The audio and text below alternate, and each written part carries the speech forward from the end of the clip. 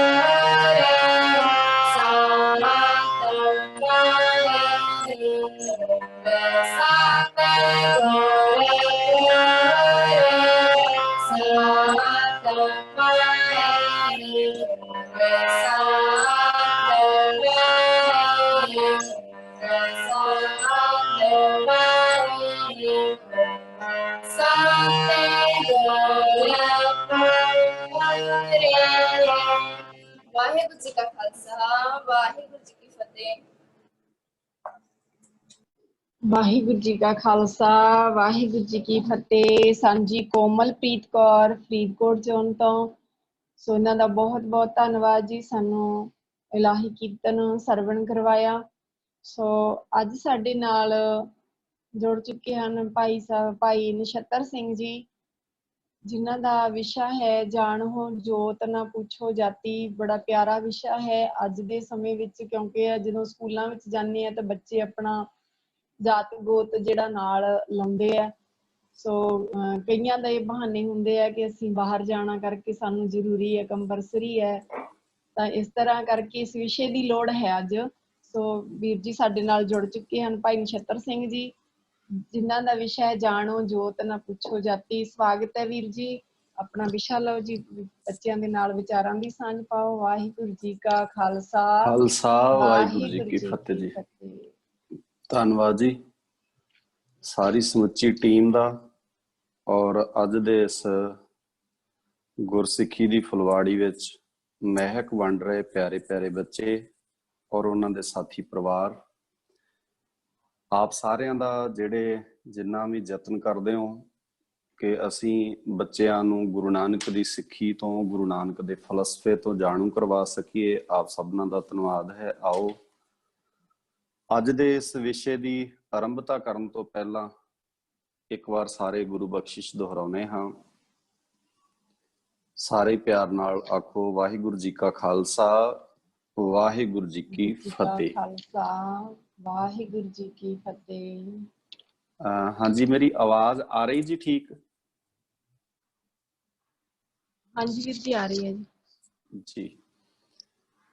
ਹਾਂਜੀ, ਜਿੱਥੇ ਲੰਮੇ ਸਮੇਂ ਤੋਂ ਤੁਸੀਂ ਸਾਰੇ ਇਸ ਕਾਫਲੇ ਵਿੱਚ ਜੁੜ ਕੇ ਗੁਰਸਿੱਖੀ ਦੀ ਮਹਿਕ ਦਾ ਆਨੰਦ ਮਾਣਨ ਦਾ ਯਤਨ ਬੱਚੇ ਅਤੇ ਬੱਚਿਆਂ ਦੇ ਪਰਿਵਾਰ ਸਤਸੰਗੀ ਕਰ ਰਹੇ ਹੋ, ਉੱਥੇ ਅੱਜ ਇੱਕ ਵਿਸ਼ਾ ਤੁਸੀਂ ਬੜਾ ਪਿਆਰਾ ਚੁਣਿਆ ਆ ਬਾਣੀ ਵਿੱਚੋਂ, ਜਾਣੋ ਜੋਤ ਨਾ ਪੁੱਛੋ ਜਾਤੀ।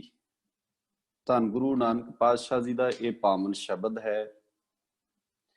ਜਿਹੜੇ ਬੱਚੇ ਮੋਬਾਈਲ ਸਕਰੀਨ ਤੇ ਪੜ੍ਹ ਪਾ ਰਹੇ ਹੋਣਗੇ ਤਾਂ ਤੁਹਾਡੀ ਸਕਰੀਨ ਤੇ ਇਹ ਸ਼ਬਦ ਵੀ ਸ਼ੋ ਹੋ ਰਿਹਾ ਆ ਔਰ ਉਹਦੇ ਅਰਥ ਵੀ ਨਾਲ ਜਿਹੜੇ ਆ ਉਹ ਥੱਲੇ ਆ ਰਹੇ ਆ। ਹੁਣ ਸਭ ਤੋਂ ਜ਼ਰੂਰੀ ਗੱਲ ਆ, ਜਦੋਂ ਵੀ ਅਸੀਂ ਬੱਚਿਆਂ ਨੇ, ਸੰਗਤ ਨੇ ਬਾਣੀ ਨੂੰ ਪੜ੍ਹਨਾ ਆ ਤਾਂ ਸਾਡੇ ਕੋਲ ਬੇਸਿਕ ਕੁਝ ਗੱਲਾਂ ਆ ਜਿਹੜੀਆਂ ਅਸੀਂ ਜੇ ਧਿਆਨ ਨਾਲ ਸਮਝਾਂਗੇ ਤੇ ਸਾਨੂੰ ਬਾਣੀ ਸਮਝ ਵਿੱਚ ਆਊਗੀ। ਇਹਦੇ 'ਚ ਕੋਈ ਸ਼ੱਕ ਨਹੀਂ ਵੀ ਲੰਮੇ ਸਮੇਂ ਤੋਂ ਸਾਨੂੰ ਬਾਣੀ ਸਮਝਣ ਵਾਲੇ ਬੰਨੇ ਜਾਂ ਬਾਣੀ ਨੂੰ ਧਿਆਨ ਨਾਲ ਵਾਚਣ ਵਾਲੇ ਬੰਨੇ ਅਸੀਂ ਘੱਟ ਤੁਰੇ ਆ। ਇਹੀ ਕਾਰਨ ਹੈ ਕਿ ਨਾਨਕ ਨਾਮ ਲੇਵਾ ਸਿੱਖ ਜਗਤ ਦੇ ਘਰਾਂ ਵਿੱਚ ਵੀ ਉਹ ਕਾਰਜ, ਉਹ ਕੰਮ ਹੋ ਰਹੇ ਆ ਜਿਹੜੇ ਕਿ ਗੁਰਮਤ ਦੇ ਅਨੁਕੂਲ ਨਹੀਂ, ਗੁਰੂ ਗ੍ਰੰਥ ਸਾਹਿਬ ਪਾਤਸ਼ਾਹ ਜੀ ਦੇ ਸਿਧਾਂਤਾਂ ਦੇ ਆਧਾਰ ਤੋਂ ਠੀਕ ਨਹੀਂ, ਪਰ ਵਾਪਰ ਰਿਹਾ ਹੈ ਸਾਰਾ ਕੁਝ ਕਿਉਂਕਿ ਅਸੀਂ ਬਾਣੀ ਵਿੱਚੋਂ ਸਮਝਣ ਦਾ ਯਤਨ ਘੱਟ ਕਰਦੇ ਹਾਂ ਵੀ ਬਾਣੀ ਸਾਨੂੰ ਪ੍ਰੇਰਨਾ ਕੀ ਦਿੰਦੀ ਹੈ, ਬਾਣੀ ਸਾਨੂੰ ਸਮਝਾਉਂਦੀ ਕੀ ਹੈ, ਬਾਣੀ ਸਾਨੂੰ ਕਿਸ ਰਾਹ ਤੇ ਤੋਰਦੀ ਹੈ। ਹਾਂ, ਇਹਦਾ ਅਰਥ ਇਹ ਨਹੀਂ ਵੀ ਅਸੀਂ ਬਾਣੀ ਨਾਲ ਪਿਆਰ ਨਹੀਂ ਕਰਦੇ। ਬਾਣੀ ਨਾਲ ਪਿਆਰ ਕਰਦੇ ਆ ਤਾਂ ਹੀ ਗੁਰੂ ਗ੍ਰੰਥ ਸਾਹਿਬ ਜੀ ਨੂੰ ਮੱਥਾ ਟੇਕਦੇ ਆ, ਬਾਣੀ ਨਾਲ ਪਿਆਰ ਕਰਦੇ ਆ ਤਾਂ ਹੀ ਅਸੀਂ ਗੁਰਦੁਆਰੇ ਗੁਰੂ ਸਾਹਿਬ ਜੀ ਦੇ ਦਰਸ਼ਨ ਕਰਨ ਲਈ ਜਾਂਦੇ ਆ, ਬਾਣੀ ਨਾਲ ਪਿਆਰ ਕਰਦੇ ਆ ਤਾਂ ਹੀ ਸਾਡੇ ਘਰਾਂ ਵਿੱਚ ਗਾਹੇ ਬਗਾਹੇ ਕਿਤੇ ਨਾ ਕਿਸੇ ਰੂਪ ਵਿੱਚ ਬਾਣੀ, ਭਾਵੇਂ ਅਖੰਡ ਪਾਠ ਦੇ ਰੂਪ ਵਿੱਚ, ਭਾਵੇਂ ਸਹਿਜ ਪਾਠ ਦੇ ਰੂਪ ਵਿੱਚ, ਭਾਵੇਂ ਨਿਤਨੇਮ ਦੇ ਰੂਪ ਵਿੱਚ, ਭਾਵੇਂ ਬੱਚੇ ਕੀਰਤਨ ਦੇ ਰੂਪ ਵਿੱਚ, ਭਾਵ ਕਿ ਅਸੀਂ ਕਿਸੇ ਨਾ ਕਿਸੇ ਰੂਪ ਵਿੱਚ ਬਾਣੀ ਨੂੰ ਪਿਆਰ ਕਰਦੇ ਆ ਤੇ ਬਾਣੀ ਲਾਗੇ ਹੋਣ ਦਾ ਤੇ ਬਾਣੀ ਨੂੰ ਪੜ੍ਹਨ ਦਾ ਯਤਨ ਕਰਦੇ ਆ। ਔਰ ਉਹਦੇ 'ਚ ਇਹ ਹੁੰਦਾ ਵੀ ਅਸੀਂ ਬਾਖੂਬੀ ਉਹ ਸਾਰੇ ਵਿਸ਼ੇ ਜਿਹੜੇ ਬਾਣੀ ਨੇ ਬੜੇ ਸੋਹਣੇ ਅਰਥਾਂ ਵਿੱਚ ਔਰ ਬੜੇ ਸੁਖਾਲੇ ਢੰਗ ਨਾਲ ਖੋਲ ਕੇ ਸਾਡੇ ਸਾਹਮਣੇ ਰੱਖਿਆ, ਜਿਹਦੇ ਨਾਲ ਸਾਡਾ ਜੀਵਨ ਵਿਹਾਰ ਵੀ ਸੌਖਾ ਹੁੰਦਾ ਆ, ਅਸੀਂ ਸਮਾਜ ਵਿੱਚ ਵੀ ਸਿਰ ਚੁੱਕ ਕੇ ਜੀ ਸਕਦੇ ਆ ਤੇ ਸਮਾਜ ਦਾ ਬਹੁਤਾ ਹਿੱਸਾ ਇਸ ਗੱਲ ਤੋਂ ਪ੍ਰਭਾਵਿਤ ਵੀ ਹੁੰਦਾ ਆ ਵੀ ਇਹ ਇੰਨੀਆਂ ਪਿਆਰੀਆਂ ਗੱਲਾਂ ਜੇ ਗੁਰੂ ਗ੍ਰੰਥ ਸਾਹਿਬ ਵਿੱਚ ਲਿਖੀਆਂ ਆ ਤਾਂ ਅਸੀਂ ਇਹਨੂੰ ਸਮਝਣ ਵਿੱਚ ਜਾਂ ਅਸੀਂ ਇਹਨੂੰ ਪੜ੍ਹਨ ਵਿੱਚ ਦੇਰੀ ਕਿਉਂ ਕਰ ਗਏ। ਪਰ ਉਹ ਹੋਊਗਾ ਤਾਂ ਜੇ ਅਸੀਂ ਜਿਹੜੇ ਬਾਣੀ ਪੜ੍ਹਨ ਵਾਲੇ ਵੀਰ ਭੈਣਾਂ ਆ, ਬੱਚੇ ਆ, ਸੰਗਤ ਆ, ਵੀ ਉਹ ਬਾਣੀ ਨੂੰ ਪੜ੍ਹੇ ਫਿਰ ਉਹਨੂੰ ਸਮਝੇ, ਜਿਹੜੀ ਗੱਲ ਪੜ੍ਹੀ ਜਾ ਰਹੀ ਹੈ ਉਹਨੂੰ ਸਮਝਿਆ ਜਾਏ, ਉਹਨੂੰ ਧਿਆਨ ਨਾਲ ਸੁਣਿਆ ਜਾਏ ਤੇ ਜਿਹੜੀ ਗੱਲ ਬਾਣੀ ਵਿੱਚੋਂ ਸੁਣ ਕੇ, ਪੜ੍ਹ ਕੇ, ਸਮਝ ਕੇ ਸਾਡੀ ਸੁਰਤ ਵਿੱਚ ਆਉਂਦੀ ਹੈ ਅਸੀਂ ਉਹਦੇ ਅਕੋਰਡਿੰਗ ਆਪਣੀ ਜ਼ਿੰਦਗੀ ਨੂੰ ਜਿਉਣ ਦਾ ਯਤਨ ਕਰੀਏ। ਹੁਣ ਉਹਦੇ ਲਈ ਸਾਨੂੰ ਬੇਸਿਕ ਇੱਕ ਚੀਜ਼ ਸਮਝੋ, ਸਾਰੇ ਹੀ ਬੱਚੇ ਜਿੰਨੇ ਵੀ ਜਾਂ ਪਰਿਵਾਰ ਬੈਠੇ ਅਸੀਂ ਸੁਣ ਰਹੇ ਹਾਂ, ਵੀ ਪਹਿਲਾਂ ਤਾਂ ਬਾਣੀ ਦੇ ਬੇਸਿਕ ਸਿਧਾਂਤ, ਜਦੋਂ ਤੁਸੀਂ ਬਾਣੀ ਦਾ ਕੋਈ ਸ਼ਬਦ ਪੜ੍ਹਨਾ ਆ ਤਾਂ ਅਸੀਂ ਹਮੇਸ਼ਾ ਕੋਸ਼ਿਸ਼ ਕਰੀਏ ਵੀ ਬਾਣੀ ਦਾ ਸ਼ਬਦ ਸੁਣਦਿਆਂ ਸਾਡੇ ਜ਼ਿਹਨ ਵਿੱਚ ਇਹ ਗੱਲ ਆਵੇ ਵੀ ਬਾਣੀ ਜਿਹੜਾ ਸ਼ਬਦ ਪੜ੍ਹਿਆ ਜਾ ਰਿਹਾ ਆ ਇਹਦਾ ਰਹਾਉ ਵਾਲਾ ਬੰਦ ਕਿਹੜਾ ਆ। ਰਹਾਉ ਦਾ ਮਤਲਬ ਹੁੰਦਾ ਆ ਠਹਿਰਨਾ, ਰੁਕਣਾ, ਸਟਾਪ ਸਾਈਨ ਤੁਸੀਂ ਕਹਿ ਸਕਦੇ ਆ। ਹੁਣ ਮੰਨ ਲਓ ਵੀ ਜਿੱਥੇ ਸਟਾਪ ਸਾਈਨ ਲੱਗਾ ਹੋਇਆ ਵਾ ਤਾਂ ਇਹਦਾ ਮਤਲਬ ਹੈ ਵੀ ਅਸੀਂ ਇਸ ਸਟਾਪ ਸਾਈਨ ਤੇ ਰੁਕਣਾ ਆ, ਠਹਿਰਨਾ ਆ। ਕਿਉਂ ਰੁਕਣਾ ਆ? ਤਾਂ ਕਿ ਇਹਦੇ 'ਚ ਸਾਨੂੰ ਸਮਝ ਲੱਗ ਜਾਏ ਵੀ ਗੁਰੂ ਸਾਹਿਬ ਸਾਨੂੰ ਸਮਝਾਉਣਾ ਕੀ ਚਾਹੁੰਦੇ ਆ। ਹੁਣ ਬਹੁਤਾਤ ਗਿਣਤੀ ਜਿਹੜੇ ਸਾਡੇ ਵੀਰ ਭੈਣਾਂ ਬਾਣੀ ਪੜ੍ਹਦੇ ਆ ਜਾਂ ਸੁਣਦੇ ਆ ਜਾਂ ਕੀਰਤਨ ਵੀ ਕਰਦੇ ਆ ਜਾਂ ਆਪ ਵੀ ਪਾਠ ਕਰਦੇ ਆ, ਉਹਨਾਂ ਨੂੰ ਕਈਆਂ ਨੂੰ ਇਹ ਪਤਾ ਹੀ ਨਹੀਂ ਹੈ ਵੀ ਬਾਣੀ 'ਚ ਰਹਾਉ ਵਾਲਾ ਬੰਦ ਕਿਉਂ ਲਿਖਿਆ ਆ।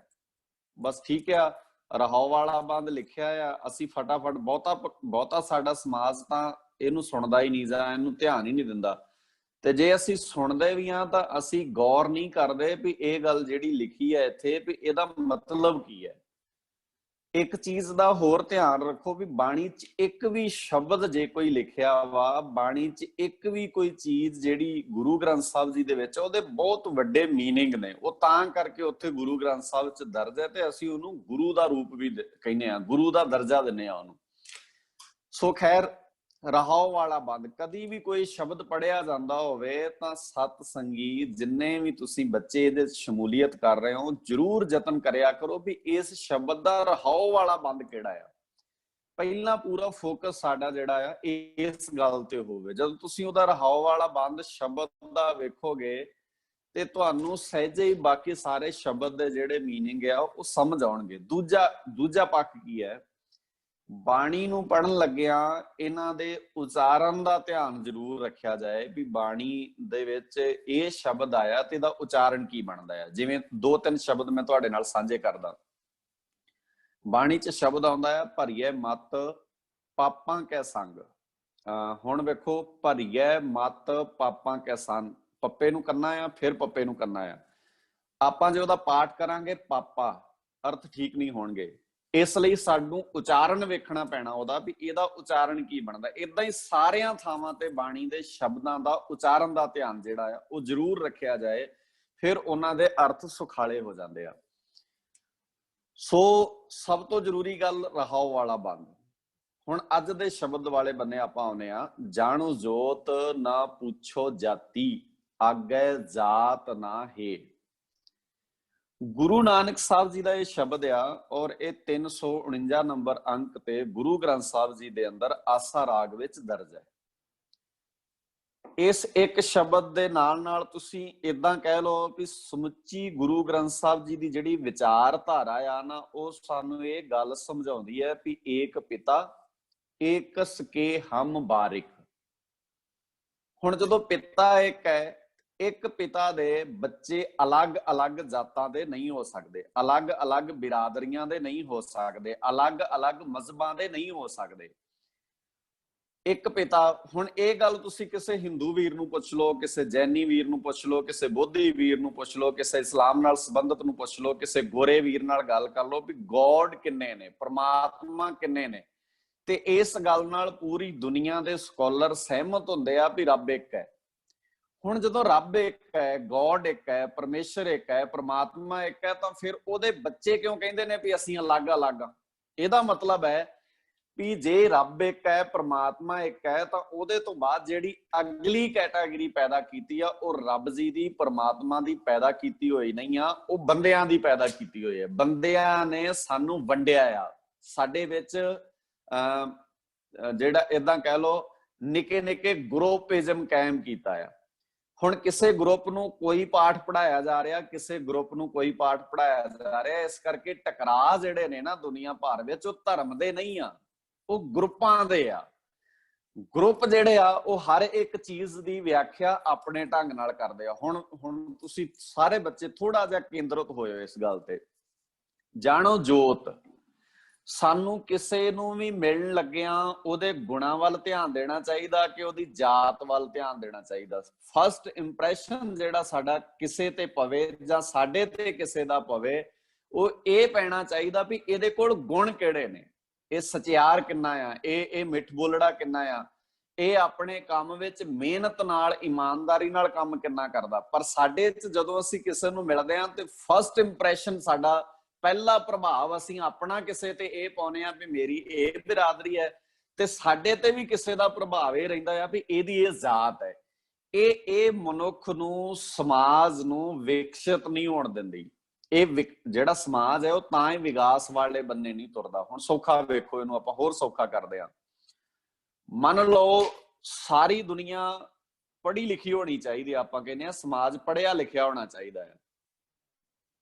ਇਸ ਲਈ ਸਾਨੂੰ ਪੜ੍ਹੇ ਲਿਖੇ ਸਮਾਜ ਦੀ ਕਦਰ ਕਰਨੀ ਚਾਹੀਦੀ ਹੈ, ਪੜ੍ਹੇ ਲਿਖੇ ਸਮਾਜ ਨੂੰ ਐਪਰੀਸ਼ੀਏਟ ਕਰਨਾ ਚਾਹੀਦਾ ਆ। ਪੜ੍ਹੇ ਲਿਖੇ ਸਮਾਜ ਦੇ ਨਾਲ ਸਾਨੂੰ ਸਾਰਿਆਂ ਨੂੰ ਰਾਬਤਾ ਬਣਾਉਣਾ ਚਾਹੀਦਾ ਆ। ਪਰ ਅਸੀਂ ਕੀ ਕਰਦੇ ਆ, ਅਸੀਂ ਇਹ ਨਹੀਂ ਵੇਖਦੇ ਵੀ ਸਮਾਜ ਪੜ੍ਹਿਆ ਲਿਖਿਆ, ਖੂਬਸੂਰਤ, ਇਹਦੇ ਗੁਣ ਕਿੱਡੇ ਕਮਾਲ ਦੇ ਨੇ। ਅਸੀਂ ਕਹਿੰਦੇ ਆ ਫਲਾਨਾ ਜੱਟ ਬਿਰਾਦਰੀ ਦਾ ਬੰਦਾ ਆ, ਇਹ ਮਜ਼ਹਬੀ ਬਿਰਾਦਰੀ ਦਾ ਬੰਦਾ ਹੈ, ਇਹ ਬ੍ਰਾਹਮਣ ਬਿਰਾਦਰੀ ਦਾ ਬੰਦਾ ਆ, ਇਹ ਖੱਤਰੀ ਬਿਰਾਦਰੀ ਦਾ ਬੰਦਾ ਆ। ਸੋ ਜਦੋਂ ਤੁਸੀਂ ਇਸ ਤਰ੍ਹਾਂ ਦੀ ਗੱਲ ਜਾਂ ਇਸ ਤਰ੍ਹਾਂ ਦੇ ਸਿਲਸਿਲੇ ਵਾਈਜ਼ ਇਹ ਗੱਲਾਂ ਆਪਣੀ ਲਾਈਫ ਵਿੱਚ ਜਾਂ ਆਪਣੇ ਜ਼ਿਹਨ ਵਿੱਚ ਪੱਕੀਆਂ ਕਰ ਲੈਂਦੇ ਹੋ, ਤਾਂ ਉਸ ਵੇਲੇ ਤੁਹਾਡੇ ਜ਼ਿਹਨ ਵਿੱਚ ਕਿਸੇ ਨੂੰ ਮਿਲਣ ਲੱਗਿਆ ਉਹਦੇ ਕੰਮਾਂ ਦਾ ਪ੍ਰਭਾਵ ਤੁਹਾਡੀ ਲਾਈਫ ਵਿੱਚ ਨਹੀਂ ਰਹਿ ਜਾਂਦਾ, ਉਹਦੀ ਜਾਤ ਦਾ ਪ੍ਰਭਾਵ ਤੁਹਾਡੀ ਲਾਈਫ ਵਿੱਚ ਰਹਿ ਜਾਂਦਾ ਹੈ।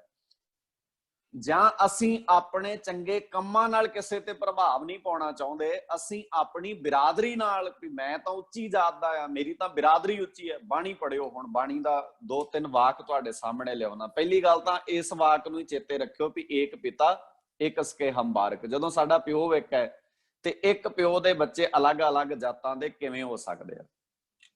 ਹੁਣ ਇਹ ਗੱਲ ਜਿਹੜਾ ਸ਼ਬਦ ਮੈਂ ਤੁਹਾਡੇ ਸਾਹਮਣੇ ਗੁਰੂ ਅਰਜਨ ਸਾਹਿਬ ਜੀ ਦਾ ਪੜ੍ਹ ਰਿਹਾ ਆ, ਇਹ ਕਹਿੰਦਾ ਆ ਵੀ ਜੋਤ ਨੂੰ ਜਾਣ, ਜਾਤ ਨਾ ਵੇਖ।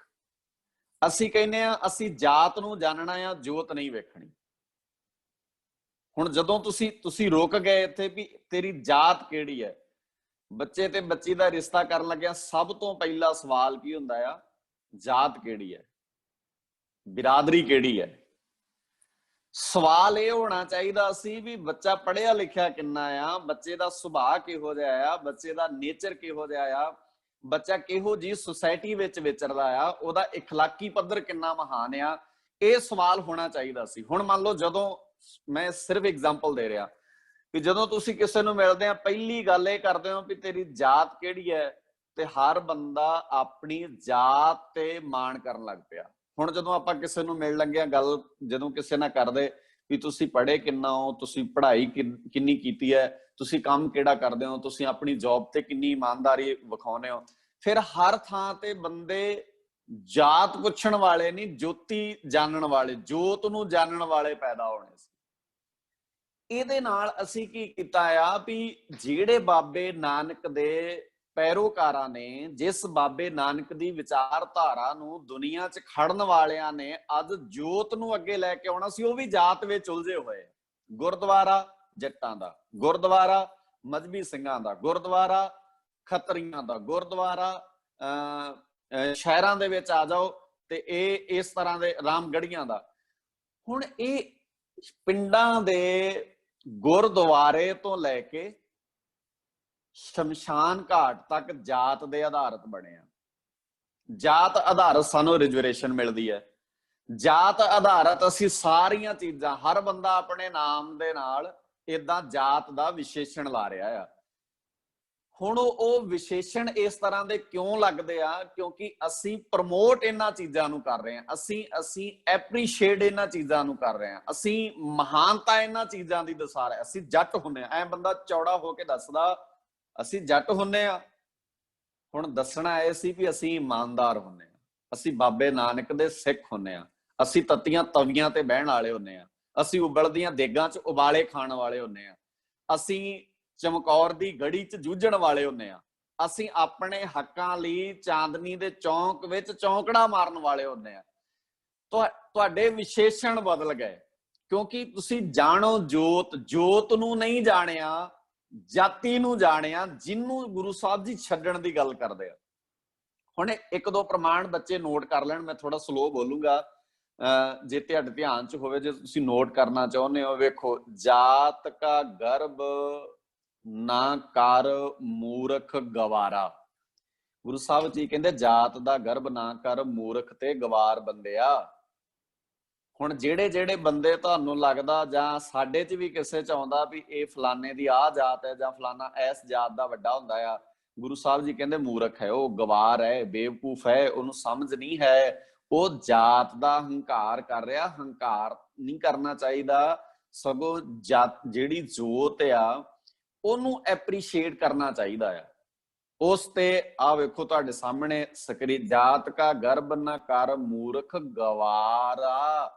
ਮੂਰਖ ਤੇ ਗਵਾਰ ਬੰਦਿਆ ਕਿਉਂ ਨਹੀਂ ਕਰਨਾ ਇਹਦਾ ਗਰਭ ਕਿਉਂ ਨਹੀਂ ਕਰਨਾ? ਗੁਰੂ ਸਾਹਿਬ ਕਹਿੰਦੇ ਤੈਨੂੰ ਦੱਸਾਂ, ਇੱਧਰ ਆ, ਇਸ ਗਰਭ ਤੇ ਇਹਦਾ ਜਿਹੜਾ ਗਰਭ ਕਰੇਗਾ ਨਾ, ਹੰਕਾਰ ਕਰੇਗਾ, ਚੱਲੇ ਬਹੁਤ ਵਿਕਾਰਾ, ਇਹਦੇ ਨਾਲ ਤੇਰੀ ਜ਼ਿੰਦਗੀ ਦੇ ਅੰਦਰ ਉਹ ਚੀਜ਼ਾਂ ਪੈਦਾ ਹੋ ਜਾਣੀਆਂ ਜਿਹਨੇ ਤੇਰੇ ਅੰਦਰ ਖੜੋਤ ਪੈਦਾ ਕਰਨੀ ਹੈ, ਜਿਹਨੇ ਤੈਨੂੰ ਅੱਗੇ ਨਹੀਂ ਤੁਰਨ ਦੇਣਾ।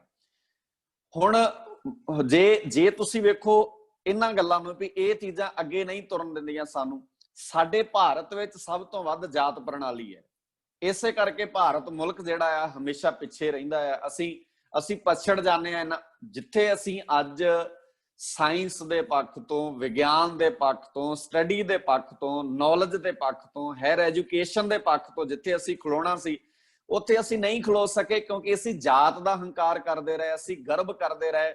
ਸਾਨੂੰ ਜੱਟਵਾਦ ਨੇ ਮਾਰ ਲਿਆ, ਸਾਨੂੰ ਰਾਮਗੜੀਆ ਬਿਰਾਦਰੀ ਨੇ, ਹਰ ਬੰਦਾ ਆਪਣੀ ਜਾਤ ਨੂੰ ਪ੍ਰਮੋਟ ਕਰ ਰਿਹਾ ਹੈ। ਪ੍ਰਮੋਟ ਕੀ ਕਰਨਾ ਸੀ ਵੀ ਗੁਰੂ ਨੇ ਸਾਡੇ ਅੰਦਰ ਕਿੰਨੇ ਚੰਗੇ ਗੁਣ ਪਾਏ ਆ, ਗੁਰੂ ਨੇ ਸਾਡੇ ਅੰਦਰ ਕਿੰਨੀ ਚੰਗੀ ਲਿਆਕਤ ਪਾਈ ਹੈ, ਕਿੰਨੀ ਪਿਆਰੀ ਵਿਚਾਰਧਾਰਾ ਸੱਚੇ ਪਾਤਸ਼ਾਹ ਜੀ ਬਾਣੀ ਦੇ ਰਾਹੀਂ ਸਾਡੇ ਅੰਦਰ ਪੈਦਾ ਕਰਦੇ ਆ। ਹੁਣ ਇੱਕ ਚੀਜ਼ ਹੋਰ ਵੇਖਿਓ, ਗੁਰੂ ਸਾਹਿਬ ਜੀ ਕਿੰਨੀ ਕੁ ਮਾੜੀ ਹੈ ਜਾਤ ਪਾਤ, ਤੁਸੀਂ ਕਿਉਂ ਇੰਨਾ ਕਹਿੰਦੇ ਹੋ ਵੀ ਇਹਨੂੰ ਛੱਡ ਦਿਓ, ਇਹਦੇ ਨਾਲ ਨੁਕਸਾਨ ਹੁੰਦਾ ਆ, ਤੁਸੀਂ ਜੋਤ ਨੂੰ ਜਾਣੋ ਜਾਤ ਨੂੰ ਨਾ ਜਾਣੋ। ਬਾਬੇ ਨਾਨਕ ਜੀ ਦਾ ਇੱਕ ਸ਼ਬਦ, ਜੇ ਮੇਰੀ ਆਵਾਜ਼ ਸੁਣ ਪਾ ਰਿਹਾ ਤੇ ਮੈਂ ਸ਼ਬਦ ਬੋਲਦਾ ਹਾਂ ਵੀ ਸਕਰੀਨ ਤੇ ਸਾਂਝਾ ਕਰ ਦਿਓ ਤਾਂ ਕਿ ਬੱਚੇ ਵੇਖ ਲੈਣ, ਨੋਟ ਕਰ ਲੈਣ ਇੱਕ ਵਾਰ। ਜਾਤੀ ਦੇ ਕਿਆ ਹੱਥ ਸੱਚ ਪਰਖੀਐ, ਜਾਤੀ ਦੇ ਕਿਆ ਹੱਥ ਸੱਚ ਪਰਖੀਐ, ਜਾਤੀ ਨਾ ਜਾਣੋ ਜੋਤ ਨੂੰ ਜਾਣੋ। ਤੁਹਾਡਾ ਜ਼ੋਰ ਜਾਤੀ ਤੇ ਲੱਗਾ ਹੈ, ਕਿਉਂ ਨਹੀਂ ਜਾਤੀ ਨੂੰ ਜਾਣਨਾ? ਕਹਿੰਦੇ ਜਾਤੀ ਦੇ ਕਿਆ ਹੱਥ ਸੱਚ ਪਰਖੀਐ, ਮੋਹਰਾ ਹੋਵੇ ਹੱਥ। ਆ ਵੇਖਿਓ, ਮੋਹਰਾ ਕਹਿੰਦੇ ਨੇ ਜ਼ਹਿਰ ਨੂੰ। ਪੁਰਾਣੇ ਬਜ਼ੁਰਗ ਜਿਹੜੇ ਤੁਹਾਡੇ ਘਰਾਂ 'ਚ, ਉਹਨਾਂ ਨੂੰ ਪੁੱਛਿਓ, ਪੁਰਾਣੇ ਸਮਿਆਂ 'ਚ ਕਹਿੰਦੇ ਸੀ ਫਲਾਨਾ ਬੰਦੇ ਨੇ ਮੋਹਰਾ ਖਾ ਲਿਆ, ਜ਼ਹਿਰ ਖਾ ਲਿਆ। ਜਿਹੜਾ ਬੰਦਾ 21ਵੀਂ ਸਦੀ ਵਿੱਚ ਜਾਤ ਪਾਤ ਦਾ ਕੋੜ ਚੁੱਕੀ ਫਿਰਦਾ ਆ, ਮਨ ਨੂੰ ਉਹ ਜ਼ਹਿਰ ਖਾ ਰਿਹਾ ਆ, ਉਹਦੀ ਆਤਮਕ ਮੌਤ ਹੋ ਰਹੀ ਹੈ। ਸਾਹਮਣੇ ਤੁਹਾਡੇ ਅਰਥ ਵੀ ਦਿਸ ਰਹੇ ਨੇ। ਜਾਤ ਦਾ ਅਹੰਕਾਰ ਮੋਹਰੇ ਦੇ ਸਮਾਨ ਹੈ, ਜਾਤ ਦਾ ਗਰਭ ਜ਼ਹਿਰ ਦੇ ਸਮਾਨ ਹੈ। ਜੇ ਕਿਸੇ ਪਾਸ ਮੋਹਰਾ ਹੋਵੇ, ਜ਼ਹਿਰ ਹੋਵੇ, ਤੇ ਉਹਦਾ ਕੋਈ ਸਵਾਦ ਨਹੀਂ ਚੈੱਕ ਕਰਦਾ। ਤੁਸੀਂ ਮਾਰਕੀਟ ਵਿੱਚ ਕੋਈ ਚੀਜ਼ ਖਰੀਦਣ ਜਾਂਦੇ ਹੋ, ਬਾਜ਼ਾਰ ਜਾਂਦੇ ਹੋ, ਤਾਂ ਤੁਸੀਂ ਬਾਜ਼ਾਰ ਵਿੱਚੋਂ ਬਹੁਤ ਸਾਰੀਆਂ ਚੀਜ਼ਾਂ ਖਰੀਦਦੇ ਆ, ਚੈੱਕ ਕਰ ਲੈਂਦੇ ਆ ਉਹਨਾਂ ਨੂੰ। ਜੇ ਮੰਨ ਲਓ ਕੋਈ ਫਰੂਟ ਖਰੀਦਦੇ ਹੋ, ਤੁਸੀਂ ਵੇਖ ਲੈਂਦੇ ਆ ਮਿੱਠਾ ਆ, ਜਾਂ ਤੁਸੀਂ ਕੋਈ ਮਠਿਆਈ ਲੈਣ ਲੱਗਦੇ ਆ ਤਾਂ ਉਹਨੂੰ ਚੈੱਕ ਕਰ ਲੈਂਦੇ ਆ ਵੀ ਇਹ ਜ਼ਿਆਦਾ ਪੁਰਾਣੀ ਤੇ ਨਹੀਂ ਹੈ। ਪਨੀਰ ਲੈਣ ਲੱਗਦੇ ਹੋ, ਤੁਸੀਂ ਚੈੱਕ ਕਰ ਲੈਂਦੇ ਹੋ ਵੀ ਇਹ ਕਿਤੇ ਖੱਟਾ ਤਾਂ ਨਹੀਂ ਹੋਇਆ। ਪਰ ਜੇ ਕਿਸੇ ਬੰਦੇ ਨੇ ਜ਼ਹਿਰ ਲਿਆਉਣਾ ਹੋਵੇ, ਉਹਦਾ ਸਵਾਦ ਥੋੜੀ ਚੈੱਕ ਕਰਦਾ ਆ ਵੀ ਜ਼ੁਬਾਨ ਤੇ ਪਾ ਕੇ ਵੇਖੀਏ ਭਲਾ ਵੀ ਕਿਦਾਂ ਦਾ ਲੱਗਦਾ ਹੋਏਗਾ। ਹੁਣ ਗੁਰੂ ਸਾਹਿਬ ਜੀ ਕਹਿੰਦੇ ਜਾਤ ਦਾ ਹੰਕਾਰ ਕਰਨਾ ਤੇ ਮਨ ਨੂੰ ਏਦਾਂ ਆ ਜਿਵੇਂ ਕੋਈ ਬੰਦਾ ਜ਼ਹਿਰ ਦਾ ਸਵਾਦ ਚੈੱਕ ਕਰ ਰਿਹਾ ਹੋਵੇ। ਹੁਣ ਜਿਹੜੇ ਬੰਦੇ ਇਸ ਬਿਮਾਰੀ ਦਾ ਸ਼ਿਕਾਰ ਹੋਏ, ਅੱਜ ਦੁਨੀਆ ਭਰ ਦੀਆਂ ਜਿੰਨੀਆਂ ਪ੍ਰੋਬਲਮਸ ਨੇ ਨਾ, ਸਿੱਖ ਬੱਚਿਓ, ਅਸੀਂ ਅੱਜ ਸਾਰੇ ਸਿੱਖੀ ਘਰਾਂ ਨਾਲ ਸੰਬੰਧਿਤ ਬੈਠੇ ਹਾਂ ਜੁੜ ਕੇ। ਤੁਸੀਂ ਇਸ ਇਕੱਤਰਤਾ ਦੇ ਵਿੱਚ ਦੁਨੀਆ ਭਰ ਦੇ ਲੋਕ ਇਸ ਬਿਮਾਰੀ ਤੋਂ ਪੀੜਤ ਨੇ। ਜਿੰਨੀਆਂ ਲੜਾਈਆਂ ਨੇ, ਜਿੰਨਾ ਮੁਫਾਦ ਹੈ ਦੁਨੀਆ ਭਰ ਦਾ, ਜਿੰਨੀਆਂ ਪਰੇਸ਼ਾਨੀਆਂ ਨੇ, ਉਹ ਸਾਰੀਆਂ ਜਾਤ ਦੀਆਂ ਨੇ। ਇੱਕ ਪਿੰਡ 'ਚ ਰੌਲਾ ਕਾਹਦਾ ਆ? ਕੁਝ ਬੰਦੇ ਕਹਿੰਦੇ ਆ ਸਾਡੀ ਇਹ ਜਾਤ ਹੈ, ਦੂਜੇ ਕਹਿੰਦੇ ਸਾਡੀ ਇਹ ਜਾਤ, ਉਹ ਕਹਿੰਦਾ ਅਸੀਂ ਇਹਨਾਂ ਨਾਲੋਂ ਵੱਡੇ ਆ, ਦੂਜਾ ਕਹਿੰਦਾ ਅਸੀਂ ਇਹਨਾਂ ਨਾਲੋਂ ਵੱਡੇ ਆ। ਇੱਕ ਪਿੰਡ ਵਿੱਚ ਜੇ ਜਾਤ ਪ੍ਰਣਾਲੀ ਖਤਮ ਹੋ ਜਾਏ, ਸਾਰਾ ਪਿੰਡ ਰਲ ਕੇ ਇੱਕ ਦੂਜੇ ਦੇ ਨਾਲ ਇੱਕ ਦੂਜੇ ਦੀ ਮਦਦ ਕਰੇ, ਤੇ ਮੈਨੂੰ ਲੱਗਦਾ ਹੈ ਸ਼ਾਇਦ ਪਿੰਡ ਵਿੱਚ ਹੀ ਲੋਕ ਇੰਨੇ ਮਦਦਗਾਰ ਇੱਕ ਦੂਜੇ ਦੇ ਹੋ ਸਕਦੇ ਆ ਵੀ ਸਾਨੂੰ ਕਿਸੇ ਹੋਰ ਵੱਲ ਵੇਖਣ ਦੀ ਜ਼ਰੂਰਤ ਨਹੀਂ ਪੈਣੀ, ਕਿਸੇ ਹੋਰ ਵੱਲ ਵੇਖਣ ਦੀ ਲੋੜ ਨਹੀਂ ਪੈਣੀ। ਪਰ ਪ੍ਰੋਬਲਮ ਇਹ ਹੈ, ਅਸੀਂ ਜੋਤ ਨਹੀਂ ਜਾਣ ਰਹੇ, ਅਸੀਂ ਜਾਤ ਵੇਖ ਰਹੇ ਹਾਂ। ਹੁਣ ਥੋੜਾ ਜਿਹਾ ਧਿਆਨ ਤੁਹਾਡਾ ਮੈਂ ਇਤਿਹਾਸ ਵਾਲੇ ਬੰਨੇ ਖੜਨਾ ਚਾਹੁੰਦਾ। 40 ਮੁਕਤੇ ਜਿਨ੍ਹਾਂ ਨੂੰ ਮੁਕਤਿਆਂ ਦਾ ਖਿਤਾਬ ਮਿਲਿਆ ਹੈ, ਤੁਸੀਂ ਸਿਰਫ 40 ਮੁਕਤਿਆਂ ਨੂੰ ਸਿੱਖ ਹੀ ਜਾਣਦੇ ਹੋ, ਤੁਹਾਨੂੰ ਕਿਸੇ ਨੂੰ ਨਹੀਂ ਪਤਾ ਵੀ ਉਹਨਾਂ ਦੀ ਜਾਤ ਕੀ ਹੈ। ਹੁਣ ਜੇ ਉਹਨਾਂ 40 ਮੁਕਤਿਆਂ ਦੀਆਂ ਜਾਤਾਂ ਲੱਭਣ ਲੱਗ ਜਾਓਗੇ ਤੇ ਤੁਹਾਨੂੰ ਉਹਨਾਂ ਦਾ ਪਿਆਰ ਜਿਹੜਾ ਆ ਨਾ, ਉਹ ਵੰਡਣਾ ਪਊਗਾ। ਇਸ ਕਰਕੇ ਉੱਥੇ ਕੋਈ ਵੀ ਬੰਦਾ 40 ਮੁਕਤਿਆਂ ਦੇ ਵਿੱਚ ਜਾਤ ਕਰਕੇ ਮਹਾਨ ਨਹੀਂ ਹੈ। ਤੁਸੀਂ ਇਹ ਨਹੀਂ ਕਹਿ ਸਕਦੇ 40 ਮੁਕਤਿਆਂ 'ਚ ਇੱਕ ਬੰਦੇ ਦੀ ਜਾਤ ਬਹੁਤ। 5 ਪਿਆਰੇ, ਉਹ ਪਿਆਰੇ ਕਿਉਂ ਨੇ? ਇਹ ਨਹੀਂ ਵੀ ਉਹਨਾਂ ਦੀ ਕੋਈ ਜਾਤ ਬਹੁਤ ਕਮਾਲ ਦੀ, ਉਹ ਪਿਆਰੇ ਤਾਂ ਨੇ ਕਿਉਂਕਿ ਉਹ ਗੁਰੂ ਨੂੰ ਸਮਰਪਿਤ ਨੇ ਪੂਰਨ ਰੂਪ ਵਿੱਚ। ਤੇ ਹਾਲਾਂਕਿ ਹਰ ਸਿੱਖ ਹੀ ਗੁਰੂ ਨੂੰ ਪਿਆਰਾ ਆ, ਪਰ 5 ਪਿਆਰੇ ਜਿਨ੍ਹਾਂ ਨੂੰ ਗੁਰੂ ਨੇ ਪਿਆਰੇ ਕਹਿ ਕੇ ਸੰਬੋਧਨ ਕੀਤਾ, ਜਿਨ੍ਹਾਂ ਨੂੰ ਕਿਹਾ ਮੇਰੇ ਪਿਆਰੇ ਨੇ। ਹੁਣ ਕੀ ਉਹਨਾਂ ਦੀਆਂ ਜਾਤਾਂ ਵੱਡੀਆਂ ਸੀ ਜਾਂ ਉਹਨਾਂ ਦੇ ਕੰਮ ਬੜੇ ਮਹਾਨ ਸਨ? ਉਹਨਾਂ ਵਿੱਚ ਗੁਣ ਬੜੇ ਮਹਾਨ ਸਨ। ਹੁਣ ਦਇਆ ਸਿੰਘ ਨੂੰ ਗੁਰੂ ਸਾਹਿਬ ਜੀ ਕਿਸ ਕਰਕੇ ਪਿਆਰ ਕਰਦੇ ਸਨ? ਕਿ ਉਹਦੀ ਜਾਤ ਕੋਈ ਬਹੁਤ ਚੰਗੀ ਹੈ? ਨਾ। ਪੀਰ ਬੁੱਧੂ ਸ਼ਾਹ ਜਿਹੜਾ ਸਢੌਰੇ ਦਾ ਰਹਿਣ ਵਾਲਾ ਆ, ਗੁਰੂ ਸਾਹਿਬ ਜੀ ਉਹਨੂੰ ਕਿਉਂ ਪਿਆਰ ਕਰਦੇ ਆ? ਉਹਦੀ ਕੋਈ ਜਾਤ ਬਹੁਤ ਮਹਾਨ ਹੈ। ਹੁਣ ਤੁਸੀਂ ਵੇਖੋ, ਤੁਹਾਡਾ ਥੋੜਾ ਜਿਹਾ ਧਿਆਨ ਚਮਕੌਰ ਦੀ ਗੜੀ 'ਚ ਸੁਰਤ ਨੂੰ ਖੜਿਓ। ਮੈਂ ਉੱਥੇ ਇੱਕ ਬੰਨੇ ਹੈ ਸੋ ਕਾੜ ਮੰਨੀ ਜਾਂਦੀ ਜਾਤ ਵੱਡੀ, ਜਾਤ ਫਿਰ ਕੋਈ ਹੁੰਦੀ ਨਹੀਂ, ਜਿਹਨੂੰ ਅਸੀਂ ਕਹਿੰਦੇ ਆ ਗੰਗੂ। ਜਿਹਦੀ ਸੋ ਕਾਰਡ ਮੰਨੀ ਜਾਂਦੀ ਵੱਡੀ ਜਾਤ ਹੈ, ਜਿਹੜਾ ਉੱਚੀ ਬਿਰਾਦਰੀ ਦਾ ਆਪਣੇ ਆਪ ਨੂੰ ਕਹਿ ਰਿਹਾ ਆ।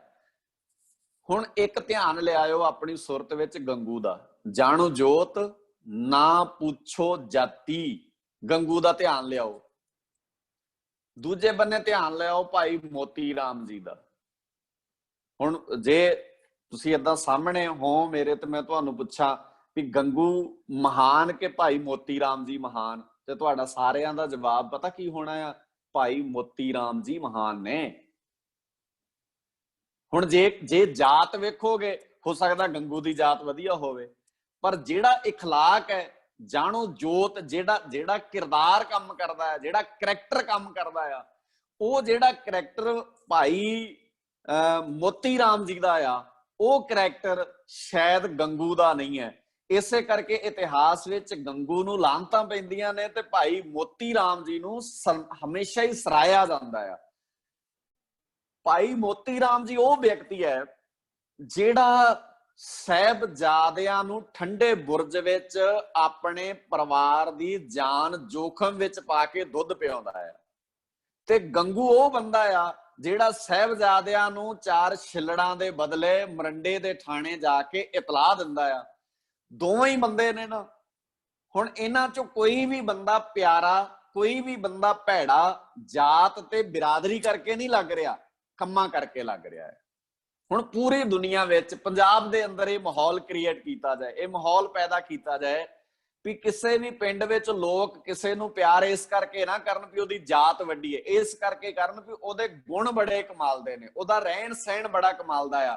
ਹੁਣ ਸਾਰਾ ਪਿੰਡ ਨਹੀਂ ਕੋਸ਼ਿਸ਼ ਕਰੂਗਾ ਵੀ ਯਾਰ ਆਪਣੇ ਪਿੰਡ 'ਚ ਆਪਾਂ ਨੂੰ ਪਿਆਰ ਕਿਸੇ ਨੇ ਤਾਂ ਕਰਨਾ ਕਿਉਂਕਿ ਜੇ ਆਪਣੇ 'ਚ ਗੁਣ ਚੰਗੇ ਹੋਵੇ। ਸਾਰਾ ਪਿੰਡ ਨਹੀਂ ਆਪਣੇ 'ਚ ਗੁਣ ਪੈਦਾ ਕਰੂਗਾ। ਪਰ ਜਦੋਂ ਗੱਲ ਜਾਤ ਤੇ ਅੜ ਜਾਂਦੀ ਹੈ, ਇਸ ਕਰਕੇ ਆਪਣੀਆਂ ਨਾਵਾਂ ਨਾਲ ਵਿਸ਼ੇਸ਼ਣ ਜਾਤਾਂ ਦੇ ਨਾ ਲਾਓ। ਆਪਣੇ ਨਾਵਾਂ ਨਾਲ ਵਿਸ਼ੇਸ਼ਣ ਸਿੰਘ ਲੱਗ ਜਾਏ, ਕੌਰ ਲੱਗ ਜਾਏ, ਇਹ ਬਹੁਤ ਵੱਡਾ ਵਿਸ਼ੇਸ਼ਣ ਹੈ। ਜਦੋਂ ਕਿਸੇ ਬੱਚੇ ਦੇ ਨਾਮ ਨਾਲ ਸਿੰਘ ਸ਼ਬਦ ਲੱਗਦਾ ਆ, ਇਹਦਾ ਮਤਲਬ ਹੈ ਸਿੰਘ ਮੀਨਿੰਗ ਗੁਰੂ ਗੋਬਿੰਦ ਸਿੰਘ ਦੀ ਗੋਦ 'ਚ ਬੈਠਾ ਸ਼ੇਰ, ਬੱਬਰ ਸ਼ੇਰ ਵਾਂਗ। ਜਦੋਂ ਕਿਸੇ ਬੱਚੀ ਦੇ ਨਾਮ ਨਾਲ ਕੌਰ ਸ਼ਬਦ ਲੱਗਦਾ ਤਾਂ ਉਹਦਾ ਮਤਲਬ ਗੁਰੂ ਗੋਬਿੰਦ ਸਿੰਘ ਦੀ ਧੀ। ਤੁਸੀਂ ਵੇਖੋ ਗੁਰੂ ਗੋਬਿੰਦ ਜੀ ਦੇ ਪੁੱਤ ਹੋਣਾ, ਗੁਰੂ ਗੋਬਿੰਦ ਸਿੰਘ ਦੀ ਧੀ ਹੋਣ ਨਾਲੋਂ ਵੱਡੀ ਕਿਹੜੀ ਜਾਤ ਬਿਰਾਦਰੀ ਹੋ ਸਕਦੀ ਹੈ? ਸੋ ਇਸ ਲਈ ਸਾਨੂੰ ਸਾਰਿਆਂ ਨੂੰ ਇਸ ਗੱਲ ਦਾ ਧਿਆਨ ਕਰਨਾ ਚਾਹੀਦਾ। ਇਹ ਸਵਾਦ ਵੇਖ ਵੇਖ ਕੇ ਆਪਣੀ ਜਾਨ ਨੂੰ ਜੋਖਮ ਵਿੱਚ ਨਾ ਪਾਈਏ। ਆਪਾਂ ਸਾਰੇ ਜਾਤ ਬਿਰਾਦਰੀ ਤੋਂ ਉੱਪਰ ਉੱਠੀਏ। ਬੱਚੇ ਪੜ੍ਹਨ ਵਾਲੇ ਸਕੂਲਾਂ ਵਿੱਚ ਏਦਾਂ ਨਾ ਕਰਿਆ ਕਰੋ। ਕਲਾਸ ਦੀ ਡੈਸਕ ਤੇ ਬਹਿਣ ਲੱਗਿਆ, ਇਹਦੀ ਜਾਤ ਨੀਵੀਂ ਹੈ ਇਸ ਕਰਕੇ ਇਹਨੂੰ ਆਪਣੇ ਡੈਸਕ ਤੇ ਨਹੀਂ ਬਹਿਣ ਦੇਣਾ, ਐ ਨਾ ਕਰਿਆ ਕਰੋ। ਇਹ ਬੱਚਿਓ ਗੁਰੂ ਨਾਨਕ ਦੀ ਫੁਲਵਾੜੀ ਨਹੀਂ ਹੈ, ਗੁਰੂ ਨਾਨਕ ਦੀ ਸਿੱਖੀ ਨਹੀਂ ਹੈ, ਇਹ ਬਾਬੇ ਨਾਨਕ ਦਾ ਫਲਸਫਾ ਨਹੀਂ ਹੈ। ਤੁਸੀਂ ਏਕ ਪਿਤਾ ਏਕਸ ਕੇ ਹਮ ਬਾਰਿਕ ਦਾ ਕਨਸੈਪਟ ਖਤਮ ਕਰ ਰਹੇ ਹੋ। ਜਦੋਂ ਤੁਸੀਂ ਕਿਸੇ ਨੂੰ ਕਹਿੰਦੇ ਹੋ ਨਾ ਵੀ ਇਹ ਮੇਰੇ ਲਾਗੇ ਨਾ ਪਵੇ, ਜਾਂ ਤੁਸੀਂ ਕਿਸੇ ਨੂੰ ਨਫ਼ਰਤ ਇਸ ਕਰਕੇ ਕਰਦੇ ਹੋ ਕਿ ਤੁਹਾਨੂੰ ਪਤਾ ਹੈ ਜੀ ਜਾਤ ਨੀਵੀਂ ਹੈ, ਤਾਂ ਇਹਦਾ ਮਤਲਬ ਹੈ ਤੁਹਾਨੂੰ ਅਜੇ ਤੱਕ ਇਹ ਗੱਲ ਸਮਝ ਨਹੀਂ ਲੱਗੀ ਏਕ ਪਿਤਾ ਏਕਸ ਕੇ ਹਮ ਬਾਰਿਕ। ਤੇ ਜੇ 40 ਬੱਚਿਆਂ ਦੇ ਵਿੱਚੋਂ 2 ਬੱਚੇ 3 ਬੱਚੇ ਜਿਹੜੇ ਇਦਾਂ ਕੈਂਪਾਂ 'ਚ ਬੈਠਦੇ ਆ, ਜਿਹੜੇ ਇਦਾਂ ਕਲਾਸਿਸ ਵਿੱਚ ਬੈਠਦੇ ਆ, ਉਹ ਬੱਚੇ ਆਪਣੇ ਸਕੂਲ 40 ਬੱਚਿਆਂ ਦੇ ਵਿੱਚ ਏਕ ਪਿਤਾ ਏਕਸ ਕੇ ਹਮ ਬਾਰਿਕ ਦਾ ਕਨਸੈਪਟ ਲੈ ਕੇ ਜਾਣਗੇ, ਸਾਰਿਆਂ ਨਾਲ ਪਿਆਰ ਕਰਨਗੇ, ਤਾਂ ਉਸ ਕਲਾਸ ਦੇ ਬੱਚੇ ਬਾਕੀ ਆਪਣੇ ਘਰ ਜਾ ਕੇ ਦੱਸਣਗੇ ਵੀ ਬਾਕੀ ਤਾਂ ਸਾਡੀ ਕਲਾਸ ਵਿੱਚ 40 ਦੇ ਵਿੱਚੋਂ ਬੱਚੇ ਸਾਰੇ ਇੱਕ ਦੂਜੇ ਨਾਲ ਕਰਦੇ ਨਫ਼ਰਤ, ਪਰ 2 ਬੱਚੇ ਇਦਾਂ ਦੇ ਆ, ਇੱਕ ਬੱਚਾ ਇਦਾਂ ਦਾ ਹੈ, ਇੱਕ ਬੱਚੀ ਇਦਾਂ ਦੀ ਹੈ ਜਿਹੜੀ ਕਦੀ ਕਿਸੇ ਨਾਲ ਨਫ਼ਰਤ ਨਹੀਂ ਕਰਦੀ, ਕਦੀ ਕਿਸੇ ਨੂੰ ਮਾੜੇ ਬੋਲ ਨਹੀਂ ਬੋਲਦੀ। ਪਤਾ ਨਹੀਂ ਉਹਦੀ ਜਾਤ ਕੀ ਹੈ, ਬਿਰਾਦਰੀ ਕੀ ਹੈ, ਪਰ ਉਹਦੇ 'ਚ ਗੁਣ ਬਹੁਤ ਕਮਾਲ ਦੇ ਨੇ। ਤੇ ਤੁਹਾਡੇ ਬਿਨਾਂ ਪ੍ਰਚਾਰ ਕਰਨ ਤੋਂ, ਬਿਨਾਂ ਕਿਸੇ ਗੱਲ ਦਾ ਅਨਾਉਂਸ ਕਰਨ ਤੋਂ ਤੁਹਾਡੀ ਸਿੱਖੀ ਦਾ ਪ੍ਰਚਾਰ ਅਗਲਿਆਂ ਦੇ ਘਰ ਤੱਕ ਪਹੁੰਚ ਜਾਣਾ ਆ। ਇਹ ਬਾਬੇ ਨਾਨਕ ਦੀ ਵਿਚਾਰਧਾਰਾ ਹੈ, ਇਹ ਹੈ ਬਾਬੇ ਨਾਨਕ ਦੀ ਅਸਲੀ ਫਿਲਾਸਫੀ, ਇਹ ਹੈ ਬਾਬੇ ਨਾਨਕ ਜੀ ਦਾ ਅਸਲੀ ਸਿਧਾਂਤ, ਜਿਹੜਾ ਵੰਡਣ ਦੀ ਡਿਊਟੀ ਸਾਡੀ ਲੱਗੀ ਸੀ। ਪਰ ਅਸੀਂ ਕੀ ਕੀਤਾ? ਅਸੀਂ ਪੰਜਾਬੀਆਂ ਨੇ ਜਦੋਂ ਕਰਤਾਰਪੁਰ ਵਸਾਇਆ ਸੀ ਬਾਬੇ ਨੇ, ਤੇ ਸਿੱਖ ਹੀ ਵਸਾਇਆ ਸੀ। ਉੱਥੇ ਕੋਈ ਵੱਡਾ ਛੋਟਾ ਨਹੀਂ ਸੀ, ਕੋਈ ਅਮੀਰ ਗਰੀਬ। ਆਨੰਦਪੁਰ ਨੂੰ ਆਨੰਦਾਂ ਦੀ ਪੁਰੀ ਕਿਉਂ ਕਹਿੰਦੇ ਸਨ? ਕਿਉਂ ਕਹਿੰਦੇ ਸੀ ਆਨੰਦਾਂ ਦੀ ਪੁਰੀ? ਕਿਉਂਕਿ ਹਰ ਬੰਦਾ ਹੀ ਆਨੰਦ ਨਾਲ ਰਹਿੰਦਾ ਸੀ, ਕੋਈ ਵੱਡਾ ਛੋਟਾ ਨਹੀਂ ਸੀ, ਕੋਈ ਗਰੀਬ ਅਮੀਰ ਨਹੀਂ ਸੀ, ਕਿਸੇ 'ਚ ਕੋਈ ਵੱਡੀ ਛੋਟੀ ਜਾਤ ਨਹੀਂ ਸੀ। ਸੋ ਇਹ ਚੀਜ਼ਾਂ ਆਪਣੀ ਲਾਈਫ ਦੇ ਵਿੱਚੋਂ, ਆਪਣੀ ਜ਼ਿੰਦਗੀ ਦੇ ਅੰਦਰੋਂ ਬੱਚਿਓ ਦੂਰ ਕਰਨ ਦਾ ਯਤਨ ਕਰੋ। ਪਰਿਵਾਰਾਂ ਵਿੱਚੋਂ ਵੀ ਇਹ ਚੀਜ਼ਾਂ ਮੁੱਕਣੀਆਂ ਚਾਹੀਦੀਆਂ ਆ। ਤੁਹਾਡੇ ਪਿੰਡ ਵਿੱਚ ਤੁਸੀਂ ਕਿਸੇ ਵੀ ਬੰਦੇ ਨਾਲ, ਜਿਹੜੇ ਪਿੰਡ ਤੋਂ ਵੀ ਤੁਸੀਂ ਇਦਾਂ ਕੈਂਪ ਵਿੱਚ ਸ਼ਾਮਲ ਹੋ ਰਹੇ ਹੋ, ਜੇ ਕੋਈ ਬੰਦਾ ਕਿਸੇ ਨਾਲ ਜਾਤ ਬਿਰਾਦਰੀ ਕਰਕੇ ਨਫ਼ਰਤ ਕਰਦਾ ਵੀ ਹੈ ਤੇ ਉਹਨੂੰ ਏਦਾਂ ਹੱਥ ਜੋੜ ਕੇ ਕਿਹਾ ਕਰੋ ਵੀ ਨਹੀਂ, ਸਾਡੇ ਪਿੰਡ ਨੂੰ ਵੰਡਣ ਦਾ ਯਤਨ ਨਾ ਕਰੋ ਜੇ ਸਾਡੇ ਪਿੰਡ ਨੂੰ ਇਕੱਠਿਆ ਨਹੀਂ ਕੀਤਾ ਜਾ ਸਕਦਾ। ਸੋ ਇਹ ਇੱਕ ਤਰੀਕਾ ਆ ਸਾਨੂੰ ਬਾਣੀ ਦੇ ਰਾਹੀਂ ਜੋਤ ਨੂੰ ਜਾਣੀਏ, ਜਾਤ ਨੂੰ ਨਾ ਜਾਣੀਏ। ਜੋਤ ਮਤਲਬ ਗੁਣ, ਜੋਤ ਮਤਲਬ ਉਹਦੇ ਅੰਦਰ ਦੀ ਕੁਆਲਿਟੀ, ਜਿਹੜੀ ਭਾਈ ਮੋਤੀ ਰਾਮ ਜੀ ਦੇ ਅੰਦਰ ਹੈ, ਜਿਹੜੀ ਭਾਈ ਪੀਰ ਬੁੱਧੂ ਸ਼ਾਹ ਦੇ ਅੰਦਰ ਹੈ। ਹੁਣ ਤੁਹਾਨੂੰ ਜੇ ਮੈਂ ਇਹ ਪੁੱਛਾਂ ਤਾਰੂ ਸਿੰਘ ਦੀ ਬਿਰਾਦਰੀ ਕਿਹੜੀ ਸੀ, ਇਹ ਵੱਡੀ ਗੱਲ ਹੈ ਕਿ ਭਾਈ ਤਾਰੂ ਸਿੰਘ ਨੇ ਉਸ ਵੇਲੇ ਇੱਕ ਅਬਲਾ ਬੱਚੀ ਦੀ ਪੱਤ ਬਚਾਉਣ ਲਈ ਆਪਣੇ ਸਿਰ ਧੜ ਦੀ ਬਾਜੀ ਲਾਤੀ। ਇਹ ਵੱਡੀ ਗੱਲ ਹੈ, ਜਾਤ ਥੋੜੀ ਵੱਡੀ ਗੱਲ ਹੈ। ਉਹਦਾ ਇਖਲਾਕ ਵੱਡਾ ਆ, ਉਹਦਾ ਜਿਹੜਾ ਕਿਰਦਾਰ ਹੈ ਉਹ ਵੱਡਾ ਆ। ਹੁਣ ਤੁਹਾਨੂੰ ਮੈਂ ਪੁੱਛਾਂ ਭਾਈ ਕਨ੍ਹਈਆ ਜੀ ਦੀ ਜਾਤ ਕਿਹੜੀ ਸੀ? ਭਾਈ ਕਨ੍ਹਈਆ ਜੀ ਦੀ ਜਾਤ ਕਰਕੇ ਥੋੜੀ ਭਾਈ ਕਨ੍ਹਈਆ ਜੀ ਮਹਾਨ ਨੇ। ਭਾਈ ਕਨ੍ਹਈਆ ਜੀ ਮਹਾਨ ਇਸ ਕਰਕੇ ਨੇ ਕਿਉਂਕਿ ਕਿਸੇ ਦੇ ਮੂੰਹ ਵਿੱਚ ਪਾਣੀ ਪਾਉਣ ਲੱਗਿਆ ਇਹ ਵੀ ਨਹੀਂ ਵੇਂਦੇ ਵੀ ਇਹ ਸਾਡਾ ਦੁਸ਼ਮਣ ਹੈ ਕਿ ਸਾਡਾ ਆਪਣਾ ਹੈ। ਬਸ ਇਹੀ ਸਿੱਖੀ ਹੈ, ਇਹੀ ਸਿੱਖੀ ਦਾ ਇਖਲਾਕ ਹੈ। ਜਦੋਂ ਗੁਰੂ ਕਲਗੀਧਰ ਪਾਤਸ਼ਾਹ ਜੀ ਨੇ ਪੁੱਛਿਆ ਸੀ ਨਾ ਭਾਈ ਕਨ੍ਹਈਆ ਜੀ ਨੂੰ ਵੀ ਤੇਰੀ ਸ਼ਿਕਾਇਤ ਮਿਲੀ ਹੈ, ਤੂੰ ਦੁਸ਼ਮਣਾਂ ਨੂੰ ਵੀ ਪਾਣੀ ਪਿਆਉਣਾ, ਤੇ ਮੇਰੇ ਬਾਬੇ ਦੇ ਸਿੱਖੀ ਦੇ ਰੰਗ ਵਿੱਚ ਰੰਗੇ ਹੋਏ ਭਾਈ ਕਨ੍ਹਈਆ ਜੀ ਨੇ ਕਿਹਾ ਸੀ, ਬਾਬਾ ਮੈਂ ਤੇ ਪਾਣੀ ਜੋਤ ਨੂੰ ਪਿਆਉਣਾ, ਮੈਂ ਜਾਤ ਤਾਂ ਵੇਂਦਾ ਹੀ ਨਹੀਂ ਕਿਸੇ ਦੀ ਵੀ ਕਿਹੜੀ ਹੈ। ਮੈਨੂੰ ਨਹੀਂ ਪਤਾ ਉਹ ਦੁਸ਼ਮਣ ਹੈ, ਮੈਨੂੰ ਨਹੀਂ ਪਤਾ ਉਹ ਆਪਣਾ ਆ, ਮੈਨੂੰ ਨਹੀਂ ਪਤਾ ਉਹ ਬੇਗਾਨਾ ਆ। ਮੈਂ ਇਹ ਵੇਂਦਾ ਆ ਵੀ ਇਹਦੇ ਅੰਦਰ ਵੀ ਜੋਤ ਵਰਤਦੀ ਹੈ, ਇਸ ਕਰਕੇ ਪਾਣੀ ਮੰਗ ਰਿਹਾ ਤੇ ਮੈਂ ਉਹਨੂੰ ਪਾਣੀ ਪਿਆ ਦਿੰਦਾ। ਜਿਹਨੂੰ ਮੈਂ ਪਾਣੀ ਪਿਆਉਣਾ, ਇਹ ਗੱਲ ਦਸ਼ਮੇਸ਼ ਪਿਤਾ ਜੀ ਮੈਂ ਦਾਅਵੇ ਨਾਲ ਕਹਿ ਸਕਦਾ ਵੀ ਉਹ ਬੰਦਾ ਪਾਣੀ ਪੀ ਕੇ ਜੇ ਜੀਵਤ ਵੀ ਹੋ ਜਾਏ ਤੇ ਉਹ ਤਲਵਾਰ ਚੁੱਕ ਕੇ ਜਿਹੜੇ ਮੇਰੇ ਨਾਲ ਦੇ ਬੰਦੇ ਨੇ, ਜਿਹੜੇ ਸਿੱਖ ਨੇ, ਉਸ ਕਿਸੇ ਤੇ ਉਹ ਹਮਲਾ ਨਹੀਂ ਕਰੂਗਾ। ਇਹ ਬਾਹਰੀ ਤੌਰ ਤੇ ਦੁਸ਼ਮਣ ਨੂੰ ਮਾਰਦੇ ਨੇ, ਮੈਂ ਪਾਣੀ ਦਾ ਘੁੱਟ ਪਿਆ ਕੇ ਅੰਦਰ ਦੀ ਦੁਸ਼ਮਣੀ ਨੂੰ ਮਾਰਦਾ ਹੈ, ਅੰਦਰ ਦੀ ਨਫ਼ਰਤ ਨੂੰ ਮੁਕਾਉਣਾ ਹੈ। ਸੋ ਇਸ ਤਰ੍ਹਾਂ ਨਾਲ ਜਦੋਂ ਤੁਸੀਂ ਬਾਣੀ ਨੂੰ ਸਮਝਦੇ ਹੋ ਤਾਂ ਗੁਰੂ ਸਾਹਿਬ ਜੀ ਫਿਰ ਇਸ ਬਾਣੀ ਦੇ ਅੰਦਰ ਕਹਿੰਦੇ, ਜੇ ਦਰ ਮੰਗਤ ਕੂਕ ਕਰੇ ਮਹਲੀ ਖਸਮ ਸੁਣੇ। ਜਿਹੜਾ ਮਾਲਕ ਹੈ ਨਾ, ਪ੍ਰਮਾਤਮਾ ਆ, ਮੰਗਤੇ ਬਣ ਕੇ ਆਓ, ਉੱਥੇ ਦਾਤੇ ਬਣ ਕੇ ਨਹੀਂ, ਉੱਥੇ ਸਵਾਲੀ ਬਣ ਕੇ ਆਉਣਾ ਹੈ। ਭਾਵੇਂ ਧੀਰਕ ਭਾਵੇਂ ਧੱਕੇ ਏਕ ਵਡਾਈ ਦੇ, ਬਸ ਫਿਰ ਮਾਲਕ ਦੀ ਰਜ਼ਾ ਵਿੱਚ ਰਹਿਣ ਦੀ ਜਾਚ ਆਏਗੀ ਸਾਨੂੰ ਕਿ ਉਹਦੇ ਦਰ ਤੋਂ ਸਾਨੂੰ ਵਡਿਆਈ ਮਿਲੇ, ਸਾਨੂੰ ਖੁਸ਼ੀ ਮਿਲੇ ਤਾਂ ਵੀ ਠੀਕ ਹੈ। ਜੇ ਉਹਦੇ ਦਰ ਤੋਂ ਸਾਨੂੰ ਕਿਸੇ ਮੁਸ਼ਕਲ ਵਿੱਚ ਦੀ ਵੀ ਲੰਘਣਾ ਪਵੇ, ਉਹ ਹੀ ਕਹਿ ਸਕਦਾ ਹੈ ਜਿਹੜਾ ਜੋਤ ਨੂੰ ਜਾਣਦਾ ਹੈ। ਸੋ ਕਦੀ ਵੀ ਆਪਣੀ ਲਾਈਫ ਦੇ ਅੰਦਰ ਕਿਸੇ ਵੀ ਵਿਅਕਤੀ ਵਿਸ਼ੇਸ਼ ਨੂੰ ਮਿਲਣ ਲੱਗਿਆ, ਪਿਆਰੇ ਬੱਚਿਓ, ਪਿੰਡਾਂ ਵਿੱਚ ਇਹ ਇੱਕ ਨਵੀਂ ਪਿਰਤ ਪੈਦਾ ਕਰਨ ਦੀ ਲੋੜ ਆ ਵੀ ਅਸੀਂ ਕਿਸੇ ਦੀ ਜਾਤ ਨਾ ਵੇਖੀਏ, ਅਸੀਂ ਕਿਸੇ ਦੀ ਬਿਰਾਦਰੀ ਨਾ ਵੇਖੀਏ, ਅਸੀਂ ਕਿਸੇ ਦੇ ਚੰਗੇ ਗੁਣ ਵੇਖੀਏ। ਤਾਂ ਗੁਣਾਂ ਵਾਲੇ ਲੋਕ ਪਿੰਡਾਂ ਵਿੱਚ ਪੈਦਾ ਹੋਣਗੇ। ਜਦੋਂ ਵੱਧ ਗੁਣਾਂ ਵਾਲੇ ਲੋਕ ਪੈਦਾ ਹੋਣਗੇ, ਫਿਰ ਸਾਡੇ ਪਿੰਡਾਂ ਦਾ, ਸਾਡੇ ਸ਼ਹਿਰਾਂ ਦਾ ਮਾਹੌਲ ਬਦਲੇਗਾ ਹੌਲੀ ਹੌਲੀ। ਇਸ ਤਰ੍ਹਾਂ ਨਾਲ ਅਸੀਂ ਜੋਤ ਦੀ ਗੱਲ ਪੂਰੀ ਦੁਨੀਆ ਵਿੱਚ ਫੈਲਾ ਸਕਦੇ ਹਾਂ, ਦੁਨੀਆ ਦੇ ਲੋਕਾਂ ਨੂੰ ਦੱਸ ਸਕਦੇ ਹਾਂ ਵੀ ਗੁਰੂ ਸਾਹਿਬ ਜੀ ਨੇ ਸਾਨੂੰ ਜੋਤ ਨਾਲ ਜੋੜਿਆ ਆ, ਸਾਨੂੰ ਜਾਤ ਨਾਲ ਨਹੀਂ ਜੋੜਿਆ। ਤੇ ਜੋਤ ਸਾਰਿਆਂ ਵਿੱਚ ਇੱਕੋ ਹੀ ਹੈ। ਵੇਖਿਓ ਹੁਣ ਇੱਕ ਨੁਕਤਾ ਹੋਰ ਸਾਂਝਾ ਕਰਿਓ, ਜੇ ਸੁਣ ਰਹੇ ਨੇ ਤਾਂ ਸਕਰੀਨ ਤੇ ਸ਼ਬਦ ਸਾਂਝਾ ਕਰ ਦਿਓ। ਗੁਰੂ ਸਾਹਿਬ ਜੀ ਨੇ ਜੋਤ ਸਾਰਿਆਂ ਵਿੱਚ ਇੱਕੋ ਦੱਸੀ ਹੈ, ਪਰ ਜਾਤ ਸਾਰਿਆਂ ਦੀ ਇੱਕ ਨਹੀਂ ਹੋ ਸਕਦੀ। ਜੋਤ ਸਾਰਿਆਂ ਵਿੱਚ ਇੱਕੋ ਹੀ ਹੈ। ਸਭ ਮੈਂ ਜੋਤ, ਜੋਤ ਹੈ ਸੋਏ। ਸਾਰਿਆਂ ਵਿੱਚ ਇੱਕੋ ਹੀ ਜੋਤ ਵਰਤਦੀ ਹੈ। ਸੋਹਿਲਾ ਸਾਹਿਬ ਬਾਣੀ ਤੁਸੀਂ ਸਾਰੇ ਪੜ੍ਹ ਕੇ ਸੁਣਦੇ ਹੋ, ਸਭ ਮੈਂ ਜੋਤ, ਜੋਤ ਹੈ ਸੋਏ। ਜੋਤ ਸਾਰਿਆਂ ਵਿੱਚ ਇੱਕੋ ਹੀ ਹੈ। ਹੁਣ ਤੁਸੀਂ ਵੇਖੋ, ਮੰਨ ਲਓ ਵੀ ਜਿੰਨੇ ਕੁ ਬੱਚੇ ਤੁਸੀਂ ਕੈਂਪੀ ਲਾ ਰਹੇ ਹੋ, ਜੇ ਤੇ ਆਪਾਂ ਹੁਣੇ ਇੱਥੇ ਕਹੀਏ ਵੀ ਤੁਸੀਂ ਸਾਰੇ ਦੱਸੋ ਵੀ ਕਿਹੜੀ ਕਿਹੜੀ ਬਿਰਾਦਰੀ ਦਾ ਆ, ਤੇ ਆਪਣੀ ਇਸ ਕਲਾਸ ਵਿੱਚ ਹੀ ਕਿੰਨੇ ਤਰ੍ਹਾਂ ਦੇ ਬੱਚੇ ਆ ਜਾਣਗੇ, ਕਿੰਨੇ ਤਰ੍ਹਾਂ ਦੇ ਬੱਚੇ ਹੋ ਜਾਣਗੇ। ਪਰ ਜੇ ਆਪਾਂ ਕਹੀਏ ਵੀ ਤੁਹਾਡੇ ਸਾਰਿਆਂ ਵਿੱਚ ਰੱਬ ਵਸਦਾ ਆ, ਕਿੰਨੇ ਕਿੰਨੇ ਤਰ੍ਹਾਂ ਦੇ ਰੱਬ ਵਸਦੇ ਆ, ਫਿਰ ਆਪਾਂ ਸਾਰੇ ਇੱਕੋ ਹੀ ਹੋ ਜਾਣਗੇ। ਹੁਣ ਇਹ ਵੇਖੋ ਵੀ ਧਰਮ ਨਾਲ ਇੱਕ ਹੋਣਾ ਹੈ, ਵੀ ਧਰਮ ਨਾਲ ਅੱਡ ਅੱਡ ਹੋਣਾ ਹੈ। ਆਪਾਂ ਇਹ ਫੈਸਲਾ ਆਪਾਂ ਕਰੀਏ। ਮੈਂ ਸਵਾਲ ਇਹ ਕਰਦਾ ਵੀ ਤੁਸੀਂ ਦੱਸੋ ਵੀ ਤੁਹਾਡੀ ਜਾਤ ਕਿਹਦੀ ਕਿਹਦੀ ਕੀ ਹੈ, ਤੇ ਇੱਥੇ ਹੀ ਕਿੰਨੀਆਂ ਜਾਤਾਂ ਦੇ, ਕਿੰਨੀਆਂ ਬਿਰਾਦਰੀਆਂ ਦੇ ਬੱਚੇ ਆ ਜਾਣੇ ਆ, ਕੋਈ ਇਸ ਜਾਤ ਦਾ, ਕੋਈ ਇਸ ਜਾਤ ਦਾ। ਪਰ ਜੇ ਮੈਂ ਇਹ ਸਵਾਲ ਕਰਦਾ ਵੀ ਤੁਹਾਡੇ ਸਾਰਿਆਂ ਵਿੱਚ ਜੋਤ ਕਿਹੜੀ ਵਰਤਦੀ ਹੈ, ਫਿਰ ਤੁਸੀਂ ਇਹ ਨਹੀਂ ਕਹਿ ਸਕਦੇ ਵੀ ਮੇਰੇ ਚ ਐਸ ਰੱਬ ਵਾਲੀ ਜੋਤ, ਮੇਰੇ ਚ ਐਸ ਰੱਬ ਵਾਲੀ ਜੋਤ, ਮੇਰੇ ਚ ਐਸ ਰੱਬ ਵਾਲੀ ਜੋਤ। ਜੋਤ ਸਾਰਿਆਂ ਵਿੱਚ ਇੱਕੋ ਹੀ ਹੈ। ਤੋ ਅਸੀਂ ਜੋਤ ਨੂੰ ਜਾਣੀਏ, ਫਿਰ ਅਸੀਂ ਜੋਤ ਪਛਾਣੀਏ। ਅਸੀਂ ਜਾਤ ਕਿਉਂ ਪਛਾਣਦੇ ਆ? ਹੋਰ ਵੇਖਿਓ ਸ਼ਬਦ, ਹੁਣੇ ਸੋਹਿਲਾ ਸਾਹਿਬ ਦਾ ਸ਼ਬਦ ਸਾਂਝਾ ਕੀਤਾ ਸੀ, ਇੱਕ ਸ਼ਬਦ ਹੋਰ ਤੁਹਾਡੇ ਧਿਆਨ ਵਿੱਚ ਲਿਆਓ ਨਾ। ਊਚ ਨੀਚ ਮੈਂ ਜੋਤ ਸਮਾਣੀ, ਘਟ ਘਟ ਮਾਧੋ ਜੀਆਂ, ਸਗਲ ਬਨਸਪਤ ਮੈਂ ਬੈਸੰਤਰ। ਸ਼ਬਦ ਨੋਟ ਕਰ ਲਿਓ, ਗੁਰੂ ਅਰਜਨ ਸਾਹਿਬ ਜੀ ਦਾ ਸ਼ਬਦ ਆ। ਸਗਲ ਬਨਸਪਤ ਮਹਿ ਬੈ ਸੰਤਰ, ਸਗਲ ਦੂਧ ਮੈਂ ਘੀਆ।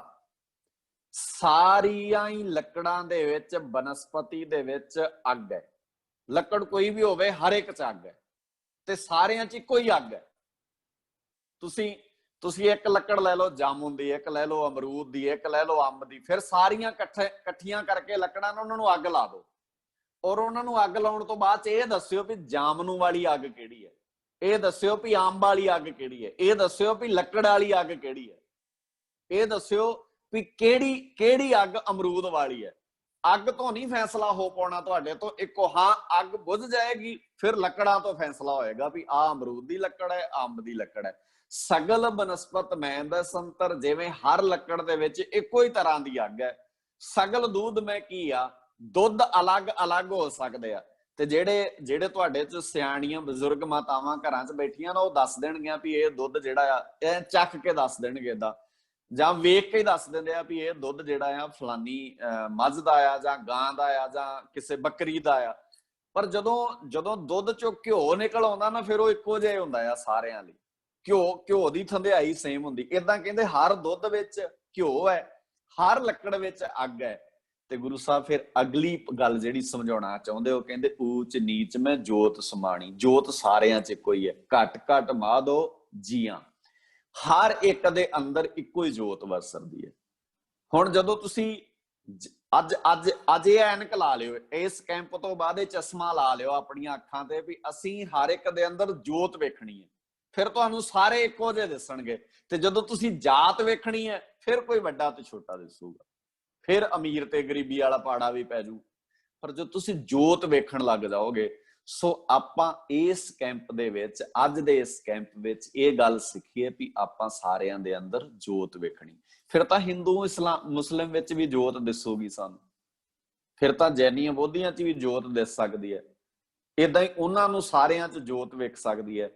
ਸੋ ਇਸ ਲਈ ਸਾਨੂੰ ਊਚ ਨੀਚ ਮੈਂ ਜੋਤ ਸਮਾਣੀ, ਘਟ ਘਟ ਮਾਧੋ ਜੀਆਂ। ਸਭ ਮੈਂ ਜੋਤ ਹੈ ਸੋਏ, ਤਿਸ ਤੈ ਚਾਨਣ, ਸਭ ਮੈਂ ਚਾਨਣ ਹੋਏ।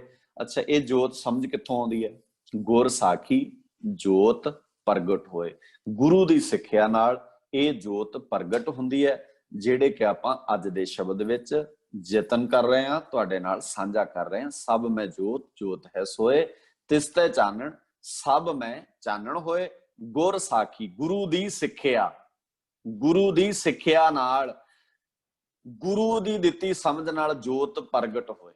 ਇਹ ਜੋਤ ਸਾਰਿਆਂ ਦੇ ਵਿੱਚ ਪ੍ਰਗਟ ਹੁੰਦੀ ਹੈ। ਨਹੀਂ ਤੇ ਅਸੀਂ ਜਾਤ ਹੀ ਵੇਖਦੇ ਰਹਿੰਦੇ ਹਾਂ, ਅਸੀਂ ਜੋਤ ਵੇਖਦੇ ਹੀ ਨਹੀਂ ਆ, ਕਿਉਂਕਿ ਸਾਡੇ ਕੋਲ ਗੁਰੂ ਦੀ ਸਿੱਖਿਆ ਨਹੀਂ ਹੁੰਦੀ। ਸਾਡੇ ਕੋਲ ਸਮਾਜ ਵਾਲਾ ਚਸ਼ਮਾ ਹੁੰਦਾ, ਸਾਡੇ ਕੋਲ ਅਮੀਰੀ ਗਰੀਬੀ ਵਾਲਾ ਚਸ਼ਮਾ ਹੁੰਦਾ। ਅਸੀਂ ਉਸ ਚਸ਼ਮੇ ਨਾਲ ਲਾ ਕੇ ਜਦੋਂ ਵੇਖਦੇ ਹਾਂ, ਤੇ ਅਸੀਂ ਇਸ ਤਰ੍ਹਾਂ ਦਾ ਸਾਰਾ ਵਰਤਾਰਾ ਵੇਖਦੇ ਹਾਂ। ਹਾਂ, ਅੱਜ ਦੇ ਫਿਰ ਸ਼ਬਦ ਵਿੱਚ ਕਹਿੰਦੇ ਆਪ ਕਰਾਏ, ਆਪ ਕਰੇ। ਆਪ ਹੀ ਉਹ ਕਰਨ ਵਾਲਾ ਆ, ਪ੍ਰਮਾਤਮਾ ਆਪ ਹੀ ਕਰਾਉਣ ਵਾਲਾ। ਆਪ ਉਲਾਮੇ ਚਿੱਤ ਧਰੇ। ਤੇ ਬੰਦਾ ਜਿਹੜਾ ਗਿਲੇ ਸ਼ਿਕਵੇ ਕਰਦਾ ਆ, ਇਹ ਉਹ ਪ੍ਰਮਾਤਮਾ ਤੁਹਾਡੇ ਅੰਦਰ ਬੈਠਾ ਸੁਣਦਾ ਆ, ਤੇ ਕਿਸੇ ਨਾਲ ਕਰਨ ਦੀ ਲੋੜ ਨਹੀਂ। ਆਪਣੇ ਗਿਲੇ ਸ਼ਿਕਵੇ ਆਪਣੇ ਨਾਲ ਕਰਕੇ ਤੇ ਆਪੇ ਹੀ ਦੂਰ ਕਰਨੇ ਚਾਹੀਦੇ ਆ। ਜਾਂ ਤੂੰ ਕਰਨਹਾਰ ਕਰਤਾਰ, ਕਿਆ ਮੁਹਤਾਜੀ ਕਿਆ ਸੰਸਾਰ। ਜੇ ਤੂੰ ਕਰਨਹਾਰ ਪ੍ਰਮਾਤਮਾ ਆ, ਸਾਰਿਆਂ ਦੇ ਅੰਦਰ ਤੂੰ ਵਸਦਾ ਆ, ਫਿਰ ਅਸੀਂ ਕਿਸੇ ਦੀ ਮੁਹਤਾਜੀ ਕਿਉਂ ਕਰੀਏ, ਕਿਸੇ ਦੇ ਮਗਰ ਅਸੀਂ ਕਿਉਂ ਲੱਗੀਏ। ਆਪ ਉਪਾਏ ਆਪੇ ਦੇ, ਆਪੇ ਦੁਰਮਤ ਮਨੇ ਕਰੇ। ਆਪ ਪ੍ਰਮਾਤਮਾ ਸਭ ਕੁਝ ਕਰਨ ਵਾਲਾ ਆ, ਸਾਡੇ ਮਨ ਦੇ ਅੰਦਰੋਂ ਦੁਰਮਤ ਦਾ ਨਾਸ਼ ਕਰਨ ਵਾਲਾ ਉਹ ਅਕਾਲ ਪੁਰਖ ਵਾਹਿਗੁਰੂ ਆਪ ਹੈ। ਗੁਰ ਪ੍ਰਸਾਦ ਵਸੈ ਮਨ ਆਏ। ਗੁਰੂ ਦੀ ਕਿਰਪਾ ਨਾਲ ਇਹ ਗੱਲ ਸਾਡੇ ਮਨ ਵਿੱਚ ਵਸ ਜਾਂਦੀ ਹੈ ਵੀ ਜੋਤ ਜਾਣਨੀ ਹੈ, ਜਾਤ ਨਹੀਂ ਜਾਣਨੀ, ਜੋਤ ਵੇਖਣੀ ਹੈ, ਗੁਣ ਵੇਖਣੇ ਨੇ। ਦੁੱਖ ਹਨੇਰਾ ਵਿੱਚੋਂ ਜਾਏ। ਇਹ ਜਿਹੜਾ ਹਨੇਰਾ ਆ ਨਾ, ਜਾਤ ਵੇਖਣ ਵਾਲਾ, ਜੋਤ ਨਹੀਂ ਦਿਸਦੀ ਕਿਉਂਕਿ ਜੋਤ ਵੇਖਣ ਲਈ ਤੁਹਾਨੂੰ ਕਿਸੇ ਦੇ ਅੰਦਰ ਵੜਨਾ ਪੈਣਾ, ਜਾਤ ਬਾਹਰੋਂ ਦਿਸ ਜਾਂਦੀ। ਸੋ ਅੰਦਰ ਵੜਨ ਦਾ ਯਤਨ ਕਰੀਏ, ਅਸੀਂ ਆਪਣੇ ਅੰਦਰ ਵੀ ਉਤਰਨ ਦਾ ਯਤਨ ਕਰੀਏ। ਦੁੱਖ ਹਨੇਰਾ ਵਿੱਚੋਂ ਜਾਏ। ਇਹ ਹਨੇਰਾ ਸਾਨੂੰ ਅੰਦਰ ਉਤਰਨ ਨਹੀਂ ਦਿੰਦਾ, ਅਸੀਂ ਹਨੇਰੇ ਚ ਠੋਕਰਾਂ ਖਾਂਦੇ ਰਹਿੰਦੇ ਹਾਂ। ਇਸ ਕਰਕੇ ਜਾਤ ਬਿਰਾਦਰੀ, ਮਜ਼ਹਬ, ਗਰੀਬੀ, ਅਮੀਰੀ, ਉੱਚਾ ਨੀਵਾਂ, ਇਹ ਪਾੜਾ ਸੰਸਾਰ ਵਿੱਚ ਬਣਿਆ ਰਹਿੰਦਾ ਆ। ਸਾਚ ਪਿਆਰਾ ਆਪ ਕਰੇ, ਫਿਰ ਪ੍ਰਮਾਤਮਾ ਸੱਚ ਵੀ ਉਹਨਾਂ ਨੂੰ ਪਿਆਰਾ ਲੱਗਣ ਲਾ ਦਿੰਦਾ ਆ ਜਿਹੜੇ ਜੋਤ ਨੂੰ ਜਾਣਦੇ। ਅਵਰੀ ਕੋ ਸਾਚ ਨਾ ਦੇ। ਜਿਹੜੇ ਜੋਤ ਨਾਲ ਨਹੀਂ ਜੁੜਦੇ ਉਹਨਾਂ ਨੂੰ ਸੱਚ ਵੀ ਚੰਗਾ ਨਹੀਂ ਲੱਗਦਾ। ਜਿਹੜੇ ਜਾਤਾਂ ਵਿੱਚ ਉਲਝੇ ਰਹਿੰਦੇ ਆ ਉਹਨਾਂ ਨੂੰ ਤੁਸੀਂ ਕਹੋਗੇ ਬਿਰਾਦਰੀ। ਜਿਹੜੇ ਬੰਦੇ ਦਾ ਤੋਰੀ ਫੁਲਕਾ ਇਹਦੇ ਨਾਲ ਚੱਲਦਾ ਵੀ ਉਹ ਬਿਰਾਦਰੀਆਂ ਦੇ ਨਾਂ ਤੇ ਲੋਕਾਂ ਨੂੰ ਵੰਡ ਰਿਹਾ ਆ, ਉਹ ਇਹ ਗੱਲ ਕਿਵੇਂ ਛੱਡ ਦੇਣਗੇ? ਉਹ ਛੱਡ ਹੀ ਨਹੀਂ ਸਕਦੇ ਕਦੇ ਵਾਸਤੇ ਵੀ। ਅਵਰੀ ਕੋ ਸਾਚ ਨਾ ਦੇ, ਉਹਨਾਂ ਦੇ ਅੰਦਰ ਉਹਨਾਂ ਨੂੰ ਸੱਚ ਚੰਗਾ ਨਹੀਂ ਲੱਗਦਾ। ਜੇ ਕਿਸੇ ਦੇ ਵਖਾਣੇ ਨਾਨਕ ਅੱਗੇ ਪੂਛ ਨਾ ਲੈ। ਸੱਚੀ ਗੱਲ ਇਹ ਹੈ ਵੀ ਜਦੋਂ ਅਸੀਂ ਧਰਮ ਦੀ ਦੁਨੀਆ 'ਚ ਪੈਰ ਰੱਖਦੇ ਹਾਂ, ਉੱਥੇ ਜਾਤ, ਉੱਥੇ ਅਮੀਰੀ, ਉੱਥੇ ਗਰੀਬੀ ਨਹੀਂ। ਅੱਗੇ ਜਾਤ ਨਾ ਜ਼ੋਰ ਹੈ, ਅੱਗੇ ਜੀਓ ਨਵੇਂ। ਨਵੇਂ ਦਾ ਅਰਥ ਨਵੀਆਂ ਵਿਚਾਰਾਂ ਵਾਲੇ, ਸ਼ੁੱਧ ਵਿਚਾਰਾਂ ਵਾਲੇ, ਉਸ ਦਰ ਤੇ ਪ੍ਰਵਾਨ ਚੜ੍ਹਦੇ ਨੇ। ਉੱਥੇ ਜਾਤ ਦਾ ਕੋਈ ਵੀ ਬੋਲ ਬਾਲਾ ਪ੍ਰਵਾਨ ਨਹੀਂ ਚੜ੍ਹਦਾ। ਸੋ ਜੇ ਤੁਸੀਂ ਸਾਰਿਆਂ ਨੇ ਇਸ ਗੱਲ ਨੂੰ ਸੁਣਿਆ, ਸਮਝਿਆ ਤੇ ਇਹਨੂੰ ਅਮਲ ਵਿੱਚ ਲਿਆਇਓ। ਉਮੀਦ ਕਰਦੇ ਆ ਕਿ ਇਹ ਬਾਣੀ ਦਾ ਅਸਲੀ ਪੱਖ ਹੈ ਜਿਹੜਾ ਸਾਡੀ ਜ਼ਿੰਦਗੀ ਦਾ ਹਿੱਸਾ ਬਣੇਗਾ। ਜੇ ਕਿਸੇ ਵੀਰ ਭੈਣ ਦਾ ਕੋਈ ਸਵਾਲ ਹੋਵੇ, ਥੋੜਾ ਸਮਾਂ ਆਪਣੇ ਕੋਲ ਹੈਗਾ ਆ, ਤਾਂ ਉਹ ਤੁਸੀਂ ਜ਼ਰੂਰ ਸਵਾਲ ਜਿਹੜੇ ਆ ਉਹ ਕਰ ਲਿਓ ਤੇ ਕੋਸ਼ਿਸ਼ ਕਰਾਂਗਾ ਜੇ ਮੇਰੇ ਕੋਲ ਜਵਾਬ ਹੋਏ ਤਾਂ ਸਾਂਝੇ ਕਰ ਲਾਂਗੇ। ਜੇ ਨਾ ਜਵਾਬ ਹੋਏ ਤੇ ਰਲ ਮਿਲ ਕੇ ਆਪਾਂ ਉਹਨਾਂ ਦੇ ਜਵਾਬ ਲੱਭਣ ਦਾ ਯਤਨ ਕਰਾਂਗੇ। ਜਾਂ ਹੋਰ ਵੀ ਵੀਰ ਭੈਣਾਂ ਜਿਹੜੇ ਬਾਣੀ ਨੂੰ ਪੜ੍ਹਨ ਵਾਲੇ ਵਿੱਚ ਸ਼ਾਮਲ ਨੇ, ਉਹ ਵੀ ਉਹਨਾਂ ਚੀਜ਼ਾਂ ਦਾ ਜਵਾਬ ਜਿਹੜਾ ਹੈ ਉਹ ਜ਼ਰੂਰ ਦੇਣਗੇ। ਜੇ ਮੇਰੇ ਕੋਲ ਜਵਾਬ ਹੋਏ ਤਾਂ ਮੈਂ ਵੀ ਦੇਣ ਦਾ ਯਤਨ ਕਰਾਂਗਾ। ਸਭਨਾਂ ਦਾ ਬਹੁਤ ਬਹੁਤ ਧੰਨਵਾਦ। ਇਹ ਸਾਰੇ ਵੀਰ ਜਿਹੜੇ ਮਿਹਨਤ ਕਰਦੇ ਨੇ, ਸਾਰਿਆਂ ਵੀਰਾਂ ਦਾ ਧੰਨਵਾਦ। ਬੜੇ ਲੰਮੇ ਸਮੇਂ ਤੋਂ ਮੈਂ ਹੁਣੇ ਸੁਣ ਰਿਹਾ ਸੀ ਭੈਣ ਜੀ ਉਹਨਾਂ ਤੋਂ ਵੀ 120 ਦਿਨ ਸ਼ਾਇਦ ਹੋ ਗਏ ਆ। ਬੜੀ ਵੱਡੀ ਗੱਲ ਆ, ਇੱਕ ਭਗਤੀ ਆ ਵੀ ਇੰਨੇ ਲੰਮੇ ਸਮੇਂ ਤੋਂ। ਬਹੁਤ ਸਮਾਂ ਪਹਿਲਾਂ, ਮੈਨੂੰ ਲੱਗਦਾ 1 ਮਹੀਨਾ ਪਹਿਲਾਂ ਮੈਂ ਏਦਾਂ ਸ਼ਾਮਲ ਹੋਇਆ ਸੀ ਇੱਕ ਕਲਾਸ ਵਿੱਚ, ਤੇ ਉਦੋਂ ਆਪ ਸਾਰਿਆਂ ਦੇ ਦਰਸ਼ਨ ਕੀਤੇ ਸਨ ਤੇ ਅੱਜ ਆਪ ਸਾਰਿਆਂ ਦੇ ਸਾਹਮਣੇ ਫਿਰ ਵਿਚਾਰ ਰੱਖਿਆ। ਭੁੱਲਾਂ ਮੇਰੀਆਂ ਸਮਝ ਕੇ ਮਾਫ ਕਰ ਦਿਓ, ਸ਼ਬਦ ਗੁਰੂ ਦੇ ਸਮਝ ਕੇ ਹਿਰਦੇ 'ਚ ਵਸਾਇਓ। ਸਵਾਲ ਜੇ ਹੋਵੇ ਤਾਂ ਜ਼ਰੂਰ ਸਾਂਝਾ ਕਰਿਓ ਤਾਂ ਕਿ ਆਪਾਂ ਰਲ ਮਿਲ ਕੇ ਵਿਚਾਰ ਕਰ ਸਕੀਏ। ਵਾਹਿਗੁਰੂ ਜੀ ਕਾ ਖਾਲਸਾ, ਵਾਹਿਗੁਰੂ ਜੀ ਕੀ ਫਤਿਹ ਜੀ। ਇਹ ਸਨ ਵੀਰ ਜੀ ਭਾਈ ਸਾਹਿਬ ਭਾਈ ਨਛੱਤਰ ਸਿੰਘ ਜੀ, ਜਿਨ੍ਹਾਂ ਨੇ ਸਾਡੇ ਬੱਚਿਆਂ ਦੇ ਨਾਲ, ਸਾਡੇ ਨਾਲ ਬਹੁਤ ਹੀ ਸੌਖੇ ਤਰੀਕੇ ਦੇ ਨਾਲ ਵਿਚਾਰ ਰੱਖੇ ਹੈ, ਜੋ ਇੱਕ ਇੱਕ ਗੱਲ ਸਮਝ ਆਉਂਦੀ ਸੀ। ਸੋ ਇਹ ਅੱਜ ਦਾ ਵਿਸ਼ਾ ਜਿਹੜਾ ਬੜਾ ਪਿਆਰਾ ਵਿਸ਼ਾ, ਜਿਹਦੀ ਬਹੁਤ ਜ਼ਿਆਦਾ ਲੋੜ ਸੀ। ਸੋ ਬਹੁਤ ਬਹੁਤ ਧੰਨਵਾਦ ਜੀ ਐਜੂਕੇਟ ਪੰਜਾਬ ਪ੍ਰੋਜੈਕਟ ਦੀ ਪੂਰੀ ਟੀਮ ਵੱਲੋਂ। ਸੋ ਹੁਣ ਜਿਹੜੇ ਬੱਚਿਆਂ ਦੇ ਬੇਟਾ ਜਿਨ੍ਹਾਂ ਦੇ ਸਵਾਲ ਹੈ, ਪਹਿਲਾਂ ਉਹ ਹੈਂਡ ਰੇਜ਼ ਕਰਨਗੇ। ਜੇ ਕਿਸੇ ਨੇ ਆਪਣੇ ਵਿਚਾਰ ਦੇਣੇ ਉਹ ਆਪਾਂ ਬਾਅਦ ਵਿੱਚ ਲਵਾਂਗੇ। ਪਹਿਲਾਂ ਜੇ ਕਿਸੇ ਦਾ ਸਵਾਲ ਹੈ ਤਾਂ ਉਹ ਆਪਣੇ ਹੈਂਡ ਰੇਜ਼ ਕਰੋ ਜੀ, ਤਾਂ ਕਿ ਆਪਾਂ ਹਾਂਜੀ ਹਾਂਜੀ ਆਪਣੇ ਆਪ ਨੂੰ ਅਨਮਿਊਟ ਕਰੋ ਜੀ। ਨਵਜੀਤ ਕੌਰ ਜੀ ਅਨਮਿਊਟ ਕਰੋ ਬੇਟਾ।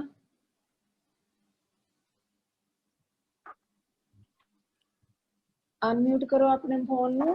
ਮੈਮ ਵਾਹਿਗੁਰੂ ਜੀ ਕਾ ਖਾਲਸਾ। ਮੈਮ ਵਾਹਿਗੁਰੂ ਜੀ ਕਾ ਖਾਲਸਾ, ਵਾਹਿਗੁਰੂ ਜੀ ਕੀ ਫਤਿਹ ਜੀ। ਬੋਲੋ ਜੀ। ਮੈਮ ਮੈਂ ਸਭ ਤੋਂ ਪਹਿਲਾਂ ਵੀਰ ਜੀ ਦੀ ਧੰਨਵਾਦ ਕਰਦੀ ਹਾਂ, ਜਿਨ੍ਹਾਂ ਨੇ ਸਾਨੂੰ ਇੰਨਾ ਵਧੀਆ ਸਿਖਾਇਆ ਕਿ ਸਾਨੂੰ ਕਦੇ ਵੀ ਜਾਤ ਪਾਤ ਨਹੀਂ ਕਰਨੀ ਚਾਹੀਦੀ। ਮੈਮ ਮੇਰਾ ਕੁਐਸਚਨ ਇਹ ਆ ਕਿ ਜਿਵੇਂ ਕੁਝ ਲੋਕ ਹਾਂਜੀ ਹਾਂਜੀ ਬੋਲੋ ਜੀ। ਕੁਐਸਚਨ ਇਹ ਆ ਕਿ ਜਿਵੇਂ ਕੁਝ ਲੋਕ ਜਿਵੇਂ ਕੁਝ ਲੋਕ ਜਾਤ ਪਾਤ ਕਰਨੋਂ ਨਹੀਂ ਹਟਦੇ ਤੇ ਅਸੀਂ ਉਹਨਾਂ ਨੂੰ ਕਿਸ ਤਰ੍ਹਾਂ ਕਵਾਂਗੇ ਕਿ ਸਾਨੂੰ ਜਾਤ ਪਾਤ ਜਿਹੜੀ ਹੈ ਉਹ ਨਹੀਂ ਕਰਨੀ ਚਾਹੀਦੀ। ਹਾਂਜੀ ਬੱਚੇ, ਉਹਦੇ ਚ ਨਾ ਸੌਖਾ ਇਹੀ ਹੈ ਵੀ ਅਸੀਂ ਪਹਿਲੀ ਗੱਲ ਤਾਂ ਉਲਝਣਾ ਨਹੀਂ ਕਦੀ ਵੀ ਕਿਸੇ ਨਾਲ। ਜਿਹਦੇ ਨਾਲ ਵੀ ਤੁਸੀਂ ਗੱਲ ਕਰਨੀ ਉਹਨਾਂ ਨੂੰ ਇਹੀ ਕਹਿ ਸਕਦੇ ਆ ਆਪਾਂ ਵੀ ਤੁਸੀਂ ਗੁਰੂ ਗ੍ਰੰਥ ਸਾਹਿਬ ਜੀ ਦੀ ਬਾਣੀ ਨੂੰ ਪਿਆਰ ਕਰਦੇ ਆ, ਗੁਰੂ ਸਾਹਿਬ ਜੀ ਨੂੰ ਪਿਆਰ ਕਰਦੇ ਆ, ਤੇ ਜੇ ਗੁਰੂ ਸਾਹਿਬ ਜੀ ਨੂੰ ਪਿਆਰ ਕਰਦੇ ਆ ਤੇ ਸਾਨੂੰ ਗੁਰੂ ਸਾਹਿਬ ਜੀ ਦੀਆਂ ਸਿੱਖਿਆਵਾਂ ਤੇ ਅਮਲ ਕਰਨਾ ਚਾਹੀਦਾ। ਤੇ ਗੁਰੂ ਸਾਹਿਬ ਜੀ ਦੀ ਸਭ ਤੋਂ ਪਿਆਰੀ ਸਿੱਖਿਆ ਹੈ ਵੀ ਜਦੋਂ ਵੀ ਕਿਸੇ ਨਾਲ ਤੁਸੀਂ ਮਿਲਣਾ ਆ ਜਾਂ ਕਿਸੇ ਨਾਲ ਗੱਲ ਕਰਨੀ ਹੈ ਜਾਂ ਸਮਾਜ ਵਿੱਚ ਵਿਚਰਨਾ ਆ ਤੇ ਸਾਨੂੰ ਜੋਤ ਭਾਵ ਕਿ ਉਹਦੇ ਗੁਣਾਂ ਨੂੰ ਜਾਣਨਾ ਚਾਹੀਦਾ ਆ, ਉਹਦੀ ਜਾਤ ਨੂੰ ਨਹੀਂ ਜਾਣਨਾ ਚਾਹੀਦਾ। ਜੇ ਅਸੀਂ ਜਾਤ ਅੱਗੇ ਲਿਆਵਾਂਗੇ ਤੇ ਅਸੀਂ ਸਮਾਜ ਨੂੰ ਵੰਡ ਰਹੇ ਹੋਵਾਂਗੇ। ਜੇ ਜੋਤ ਅੱਗੇ ਲਿਆਵਾਂਗੇ ਤਾਂ ਜਿਵੇਂ ਪਿੱਛੇ ਮੈਂ ਐਗਜ਼ਾਮਪਲ ਦਿੱਤੀ ਹੈ ਵੀ ਜੋਤ ਸਾਰਿਆਂ 'ਚ ਇੱਕੋ ਹੀ ਹੈ, ਜਾਤਾਂ ਸਾਰਿਆਂ ਦੀਆਂ ਅਲੱਗ-ਅਲੱਗ ਨੇ। ਤਾਂ ਤੁਸੀਂ ਦੱਸੋ, ਅਸੀਂ ਜਦੋਂ ਸਰਬੱਤ ਦਾ ਭਲਾ ਏਦਾਂ ਆਪਾਂ ਗੱਲ ਕਰਨੀ ਉਹਨਾਂ ਨਾਲ ਵੀ ਤੁਸੀਂ ਕਹੋ ਵੀ ਆਪਾਂ ਸਰਬੱਤ ਦਾ ਭਲਾ ਚਾਹੁੰਦੇ ਆ, ਉਹ ਕਹਿਣਗੇ ਹਾਂ ਚਾਹੁੰਦੇ ਆ। ਕਹਿੰਦੇ ਫਿਰ ਕਹੋ ਵੀ ਜੇ ਸਰਬੱਤ ਦਾ ਭਲਾ ਚਾਹੁੰਦੇ ਹੋ ਤਾਂ ਫਿਰ ਆਪਾਂ ਜਾਤ ਵਾਲਾ ਕੋਡ ਵੱਢ ਕੇ ਜਿਹੜਾ ਸਮਾਜ ਨੂੰ ਵੰਡਦਾ ਆ, ਸਾਰਿਆਂ ਵਿੱਚ ਵਸਦੀ ਜੋਤ ਵਾਲੀ ਦੁਹਾਈ ਦਈਏ ਤਾਂ ਕਿ ਸਮਾਜ ਇੱਕ ਹੋ ਸਕੇ। ਹਾਂਜੀ ਵਾਹਿਗੁਰੂ ਜੀ। ਹਾਂਜੀ ਬੇਟਾ। ਵਾਹਿਗੁਰੂ ਜੀ ਕਾ ਖਾਲਸਾ, ਵਾਹਿਗੁਰੂ ਜੀ ਕੀ ਫਤਿਹ ਜੀ। ਸਰ ਪਹਿਲਾਂ ਤਾਂ ਬਹੁਤ ਬਹੁਤ ਧੰਨਵਾਦ, ਤੁਸੀਂ ਬਹੁਤ ਵਧੀਆ ਸਮਝਾਇਆ। ਸਰ ਮੇਰਾ ਕੁਐਸਚਨ ਇਹ ਸੀ ਕਿ ਜੀ ਅੱਜ ਕੱਲ ਜਿਹੜਾ ਜ਼ਿਆਦਾਤਰ ਜਾਤ ਪਾਤ ਦਾ ਭੇਦਭਾਵ ਹੈ ਇਹ ਸਰਕਾਰ ਨਹੀਂ ਕਰਦੀ ਹੈਗੀ, ਕਿਉਂਕਿ ਆਪਾਂ ਜਦੋਂ ਵੀ ਕਿਤੇ ਕਿਸੇ ਵੀ ਥਾਂ ਤੇ ਆਪਾਂ ਮੋਸਟ ਆਫ ਆਪਾਂ ਫਾਰਮ ਅਪਲਾਈ ਕਰਨ ਜਾਂਦੇ ਹਾਂ ਤਾਂ ਇਹ ਕੰਪਲਸਰੀ ਹੁੰਦਾ ਕਿ ਤੁਸੀਂ ਕਾਸਟ ਸਰਟੀਫਿਕੇਟ ਨਾਲ ਲਗਾਉਣਾ ਹੀ ਲਗਾਉਣਾ ਹੈ। ਜੇ ਕਾਸਟ ਸਰਟੀਫਿਕੇਟ ਨਹੀਂ ਨਾਲ ਲਗਾਇਆ ਹੋਊਗਾ ਤਾਂ ਸਾਡਾ ਫਾਰਮ ਰੱਦ ਹੋ ਜਾਊਗਾ। ਤੇ ਇਸ ਕਰਕੇ ਆਪਾਂ ਪਹਿਲਾਂ ਇਹ ਨਹੀਂ ਕਵਾਂਗੇ ਕਿ ਪਹਿਲਾਂ ਜਿਹੜੇ ਗਵਰਨਮੈਂਟ ਆ ਉਹ ਆਪਣੇ ਰੂਲ ਚੇਂਜ ਕਰੇ ਤਾਂ ਹੀ ਆਪਾਂ ਅੱਗੇ ਚੇਂਜ ਹੋ ਸਕਦੇ ਆ। ਸਰ ਮੇਰਾ ਕੁਐਸਚਨ ਇਹ ਸੀ ਜੀ। ਹਾਂ ਠੀਕ ਹੈ ਬੱਚੇ, ਅਸਲ 'ਚ ਕੀ ਗੱਲ ਹੁੰਦੀ ਆ ਵੀ ਜਿਹੜਾ ਆਪਣਾ ਲੈਵਲ ਆ ਜਾਂ ਜਿੱਥੇ ਆਪਾਂ ਵਿਚਰਦੇ ਆ, ਆਪਾਂ ਹੁਣ ਇਹ ਗੱਲ ਕਰ ਰਹੇ ਹਾਂ ਵੀ ਆਪਾਂ ਕਿਵੇਂ ਖਤਮ ਕਰ ਸਕਦੇ ਆ। ਜਿਹੜੀ ਗੱਲ ਤੁਸੀਂ ਕਹਿ ਰਹੇ ਹੋ ਇਹ ਆ ਗੌਰਮੈਂਟ ਦੇ ਲੈਵਲ ਦੀ, ਸਰਕਾਰਾਂ ਦੇ ਲੈਵਲ ਦੀ। ਸਰਕਾਰਾਂ ਅਸਲ ਵਿੱਚ ਜੇ ਜਾਤ ਪਾਤ ਖਤਮ ਕਰ ਦੇਣਗੀਆਂ ਤੇ ਉਹ ਲੋਕਾਂ ਦੇ ਵਿੱਚ ਆਪਣੀ ਜਿਹੜੀ ਛਵੀ ਉਹ ਕਿੱਦਾਂ ਬਚਾਉਣਗੀਆਂ। ਉਹਨਾਂ ਨੂੰ ਲੋਕਾਂ ਨੂੰ ਲੜਾਉਣਾ ਹੁੰਦਾ ਹੈ। ਮੈਂ ਬੜੀ ਵਾਰ ਐਗਜ਼ਾਮਪਲ ਦਿੰਦਾ ਹੁੰਦਾ ਵੀ ਜੇ ਲੋਕ ਲੜਨੋਂ ਹਟ ਜਾਣ ਤੇ ਥਾਣੇ, ਵਕੀਲ, ਜੱਜ ਵਿਹਲੇ ਹੋ ਜਾਣਗੇ। ਇਸ ਕਰਕੇ ਜਿਹੜਾ ਥਾਣਾ ਆ ਜਾਂ ਵਕੀਲ ਨੇ, ਜੱਜ ਨੇ, ਉਹ ਕਦੀ ਨਹੀਂ ਚਾਹਣਗੇ ਵੀ ਲੋਕ ਲੜਨੋਂ ਹਟ ਜਾਣ। ਸੋ ਸਰਕਾਰਾਂ ਨੂੰ ਇਹਦਾ ਬੈਨੀਫਿਟ ਹੁੰਦਾ ਹੈ ਬਹੁਤ ਵੱਡਾ। ਹੌਲੀ ਹੌਲੀ ਲੋਕ ਜਾਗਰਤ ਹੋਣਗੇ, ਫਿਰ ਉਹ ਲੀਡਰ ਏਦਾਂ ਦੇ ਚੁਣਨਗੇ ਜਿਹੜੇ ਜਾਤ ਬਿਰਾਦਰੀ ਦਾ ਇਹ ਸਿਲਸਿਲਾ ਖਤਮ ਕਰਨਗੇ ਤੇ ਅੱਗੇ ਦੀ ਅੱਗੇ ਹੌਲੀ ਹੌਲੀ ਪੜਾਅ ਦਰ ਪੜਿਆ ਇਹ ਜਿਹੜੀ ਆ ਚੀਜ਼ ਹੋਣੀ ਚਾਹੀਦੀ ਆ। ਬੜੀ ਚੰਗੀ ਗੱਲ ਆ, ਬੱਚੇ ਅਵੇਅਰਨੈਸ ਦੱਸਦੀ ਹੈ ਵੀ ਆਪਾਂ ਨੂੰ ਇੰਨਾ ਪਤਾ ਆ ਵੀ ਇਹ ਬਿਮਾਰੀ ਕਿੱਥੋਂ ਤੱਕ ਪਹੁੰਚ ਚੁੱਕੀ ਹੈ, ਵੀ ਸਾਡੇ ਸਰਟੀਫਿਕੇਟ ਤੱਕ ਉੱਥੇ ਬਿਰਾਦਰੀ ਤੱਕ ਦਾ ਸਿਲਸਿਲਾ ਜਿਹੜਾ ਵਾ ਉਹ ਵਾਪਰ ਗਿਆ ਆ।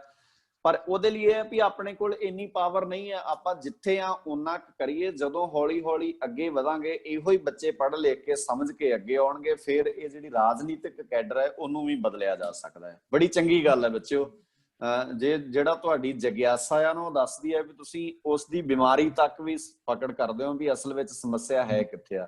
ਰਿਜ਼ਰਵੇਸ਼ਨ ਦੇ ਨਾਂ ਤੇ ਬਹੁਤ ਕੁਝ ਆ ਬੱਚੇ। ਦੇ ਇਸ ਪੱਖ ਤੇ ਥੋੜੀ ਗੱਲ ਕਰਨੀ ਹੋਵੇ, ਜਿਹੜੀ ਰਿਜ਼ਰਵੇਸ਼ਨ ਹੈ ਉਹ ਭਾਰਤ ਵਿੱਚ ਅਸੀਂ ਕਹਿੰਦੇ ਆ ਵੀ ਅਸੀਂ ਗਰੀਬਾਂ ਨੂੰ ਫਾਇਦਾ ਦੇ ਰਹੇ ਹਾਂ। ਫਾਇਦਾ ਨਹੀਂ ਦੇ ਰਹੇ, ਅਸੀਂ ਗਰੀਬਾਂ ਨੂੰ ਅਨਪੜ੍ਹ ਰੱਖ ਰਹੇ ਹਾਂ ਤਾਂ ਕਿ ਉਹਨਾਂ ਨੂੰ ਘੱਟ ਪੜ੍ਹਾਈ ਲਿਖਾਈ ਦੇ ਵਿੱਚ ਉਹਨਾਂ ਨੂੰ ਉਦਾਂ ਦੀਆਂ ਜੌਬਸ ਦਿੱਤੀਆਂ ਜਾ ਸਕਣ ਜਿਹੜੀ ਉਹ ਸਦਾ ਸਾਡੀ ਜੀ ਹਜ਼ੂਰੀ ਕਰਦੇ ਰਹਿਣ। ਉਹ IPS ਲੈਵਲ ਦੀ ਪੜ੍ਹਾਈ ਨਾ ਕਰਨ, ਉਹ ਹਾਇਰ ਐਜੂਕੇਸ਼ਨ ਨਾ ਲੈਣ ਤਾਂ ਕਿ ਉਹ ਸਾਡੇ ਬਰਾਬਰ ਨਾ ਬੈਠ ਸਕਣ। ਸੋ ਇਹ ਬਹੁਤ ਵੱਡਾ ਏਜੰਡਾ ਆ ਭਾਰਤ ਦੀ ਜਿਹੜੀ ਰਾਜਨੀਤੀ ਆ ਉਹਦੇ ਵਿੱਚ। ਪਰ ਆਪਾਂ ਆਪਣੇ ਲੈਵਲ ਤੇ ਇਹਨੂੰ ਦੂਰ ਕਰੀਏ। ਜਦੋਂ ਅੱਗੇ ਦੀ ਅੱਗੇ ਸਰਕਾਰਾਂ ਚੰਗੀਆਂ ਆਉਣਗੀਆਂ ਫਿਰ ਉਸ ਲੈਵਲ ਤੇ ਵੀ ਦੂਰ ਹੋਊਗਾ। ਧੰਨਵਾਦ ਬੱਚੇ, ਸ਼ੁਕਰੀਆ। ਤੁਸੀਂ ਇਸ ਤਰ੍ਹਾਂ ਨਾਲ ਜਗਿਆਸਾ ਰੱਖਦੇ ਹੋ। ਹਾਂਜੀ ਮਨਦੀਪ ਕੌਰ ਜੀ। ਵਾਹਿਗੁਰੂ ਜੀ ਕਾ ਖਾਲਸਾ, ਵਾਹਿਗੁਰੂ ਜੀ ਕੀ ਫਤਿਹ। ਵਾਹਿਗੁਰੂ ਜੀ ਕੀ ਫਤਿਹ ਜੀ। ਸਰ ਪਹਿਲਾਂ ਤਾਂ ਥੈਂਕ ਯੂ ਤੁਹਾਡਾ ਕਿ ਤੁਸੀਂ ਬਹੁਤ ਵਧੀਆ ਨੌਲੇਜ ਦਿੱਤੀ ਸਾਨੂੰ। ਤੇ ਜਿਵੇਂ ਆਪਾਂ ਦੇਖਦੇ ਹਾਂ ਕਿ ਸਕੂਲ ਦੇ ਵਿੱਚ ਸਭ ਤੋਂ ਜ਼ਿਆਦਾ ਮਤਲਬ ਕਿ ਬੱਚੇ, ਆਈ ਨੋ ਕਿ ਬੱਚਿਆਂ ਨੂੰ ਇੰਨਾ ਨਹੀਂ ਪਤਾ ਹੁੰਦਾ ਜਾਤ ਪਾਤ ਬਾਰੇ, ਪਰ ਸਕੂਲ ਦੇ ਵਿੱਚ ਸਾਡੇ ਸਾਰਿਆਂ ਆਪਾਂ ਸਕੂਲ ਦੇ ਵਿੱਚ ਪੜ੍ਹਦੇ ਹਾਂ, ਕਾਲਜ ਦੇ ਵਿੱਚ ਪੜ੍ਹਦੇ ਹਾਂ, ਤੇ ਸਾਡੇ ਸਾਰਿਆਂ ਦੇ ਸਕੂਲਾਂ ਦੇ ਵਿੱਚ ਜਾਤ ਪਾਤ ਦਾ ਬਹੁਤ ਭੇਦਭਾਵ ਕੀਤਾ ਜਾਂਦਾ ਹੈ। ਵੀ ਜਿਵੇਂ ਜਿਹੜਾ ਲੋ ਕਾਸਟ ਦਾ ਬੱਚਾ ਹੈ ਵੀ ਉਸਨੂੰ ਜਿਹੜੇ ਇੰਟੈਲੀਜੈਂਟ ਸਟੂਡੈਂਟਸ ਨੇ ਤੇ ਜ਼ਿਆਦਾ ਮਤਲਬ ਕਿ ਰਿਚ ਸਟੂਡੈਂਟਸ ਨੇ ਉਹ ਉਹਨਾਂ ਨੂੰ ਕੋਲ ਬੈਠਣਾ ਵੀ ਨਹੀਂ ਪਸੰਦ ਕਰਦੇ ਹੈਗੇ। ਉਹਨਾਂ ਨੂੰ ਕੋਈ ਜਿਹੜੀ ਉਹਨਾਂ ਨੂੰ ਕਨਸੈਪਟ ਨਹੀਂ ਸਮਝਾਇਆ, ਉਹਨਾਂ ਨੂੰ ਸਮਝਾਉਣ ਦੀ ਤਾਂ ਗੱਲ ਬਹੁਤ ਦੂਰ ਹੈ, ਉਹਨਾਂ ਨੂੰ ਕੋਲ ਬੈਠਣਾ ਵੀ ਪਸੰਦ ਨਹੀਂ ਕਰਦੇ। ਪਰ ਸਕੂਲ ਦੇ ਵਿੱਚ ਕਿਵੇਂ ਖਤਮ ਕਰ ਸਕਦੇ ਆ? ਬਸ ਉਹਦਾ ਬੱਚੇ ਇਹੀ ਹੈ ਵੀ ਜੇ ਤੁਹਾਨੂੰ ਇਹ ਗੱਲ ਸਮਝ ਲੱਗ ਗਈ, ਆਪਾਂ ਏਦਾਂ ਭੇਦਭਾਵ ਨਾ ਕਰੀਏ। ਆਪਾਂ ਜਦੋਂ ਬੈਠੀਏ ਤਾਂ ਆਪਾਂ ਕੋਸ਼ਿਸ਼ ਕਰੀਏ ਵੀ ਜਿਹੜੇ ਬੰਦੇ ਏਦਾਂ ਭੇਦਭਾਵ ਕਰਦੇ ਆ ਉਹਨਾਂ ਨੂੰ ਸਮਝਾਉਣ ਦੀ ਜਗ੍ਹਾ ਤੇ ਆਪਾਂ ਭੇਦਭਾਵ ਕਰਨਾ ਬੰਦ ਕਰੀਏ। ਆਪਾਂ ਨੋਰਮਲ ਬੈਠੀਏ ਤਾਂ ਕਿ ਲੋਕਾਂ ਨੂੰ ਲੱਗੇ ਵੀ ਵੇਖੋ 40 ਬੱਚੇ ਨੇ ਕਲਾਸ ਵਿੱਚ, ਜਿਹਦੇ ਚ ਇੱਕ ਇਹ ਬੱਚੀ ਏਦਾਂ ਨਹੀਂ ਕਰਦੀ। ਹੋ ਸਕਦਾ ਤੁਸੀਂ ਉੱਥੇ ਉਸ ਕਲਾਸ ਵਿੱਚ ਰੋਲ ਮਾਡਲ ਬਣ ਜਾਓ, ਤੁਹਾਡੇ ਵੱਲ ਵੇਖ ਕੇ ਕਿਸੇ ਇੱਕ ਨੂੰ ਹੋਰ ਨੂੰ ਲੱਗੇ ਵੀ ਯਾਰ ਜੀ ਇਹ ਨਹੀਂ ਕਰਦੀ ਤਾਂ ਆਪਾਂ ਨਹੀਂ ਕਰਦੇ, ਜਾਂ ਇੱਕ ਬੱਚਾ ਕੋਈ ਏਦਾਂ ਦਾ ਹੋਵੇ। ਸੋ ਇਹ ਜਗਿਆਸਾ ਉੱਥੇ ਹੀ ਪੈਦਾ ਕਰਨੀ ਪੈਣੀ ਹੈ ਵੀ ਆਪਾਂ ਪ੍ਰੈਕਟੀਕਲੀ ਇਹੀ ਹੈ ਨਾ ਵੀ ਆਪਾਂ ਉੱਥੇ ਉਹਨੂੰ ਉਦਾਂ ਜੀਣਾ ਸ਼ੁਰੂ ਕਰੀਏ, ਸਮਝਾਉਣ ਤੁਰਾਂਗੇ। ਵੇਖੋ ਬੜੀ ਪਿਆਰੀ ਗੱਲ ਹੈ, ਹਿਸਟਰੀ ਵਿੱਚੋਂ ਤੁਹਾਨੂੰ ਮਿਲੂਗਾ ਬਾਬਾ ਕਬੀਰ ਜੀ ਤੇ ਗੁਰੂ ਨਾਨਕ ਸਾਹਿਬ ਪਾਤਸ਼ਾਹ ਜੀ, ਇਹਨਾਂ ਨੇ ਜਦੋਂ ਕਿਹਾ ਨਾ ਵੀ ਕੋਈ ਜਾਤ ਬਰਾਦਰੀ ਏਦਾਂ ਨਹੀਂ ਹੁੰਦੇ, ਇਹਨਾਂ ਪ੍ਰੈਕਟੀਕਲ ਕਰਕੇ ਵਿਖਾਇਆ। ਇਹਨਾਂ ਨੇ ਉਦਾਂ ਹੀ ਵਿਚਰ ਕੇ ਵਿਖਾਇਆ ਆਮ ਨੋਰਮਲ ਲੋਕਾਂ ਵਿੱਚ।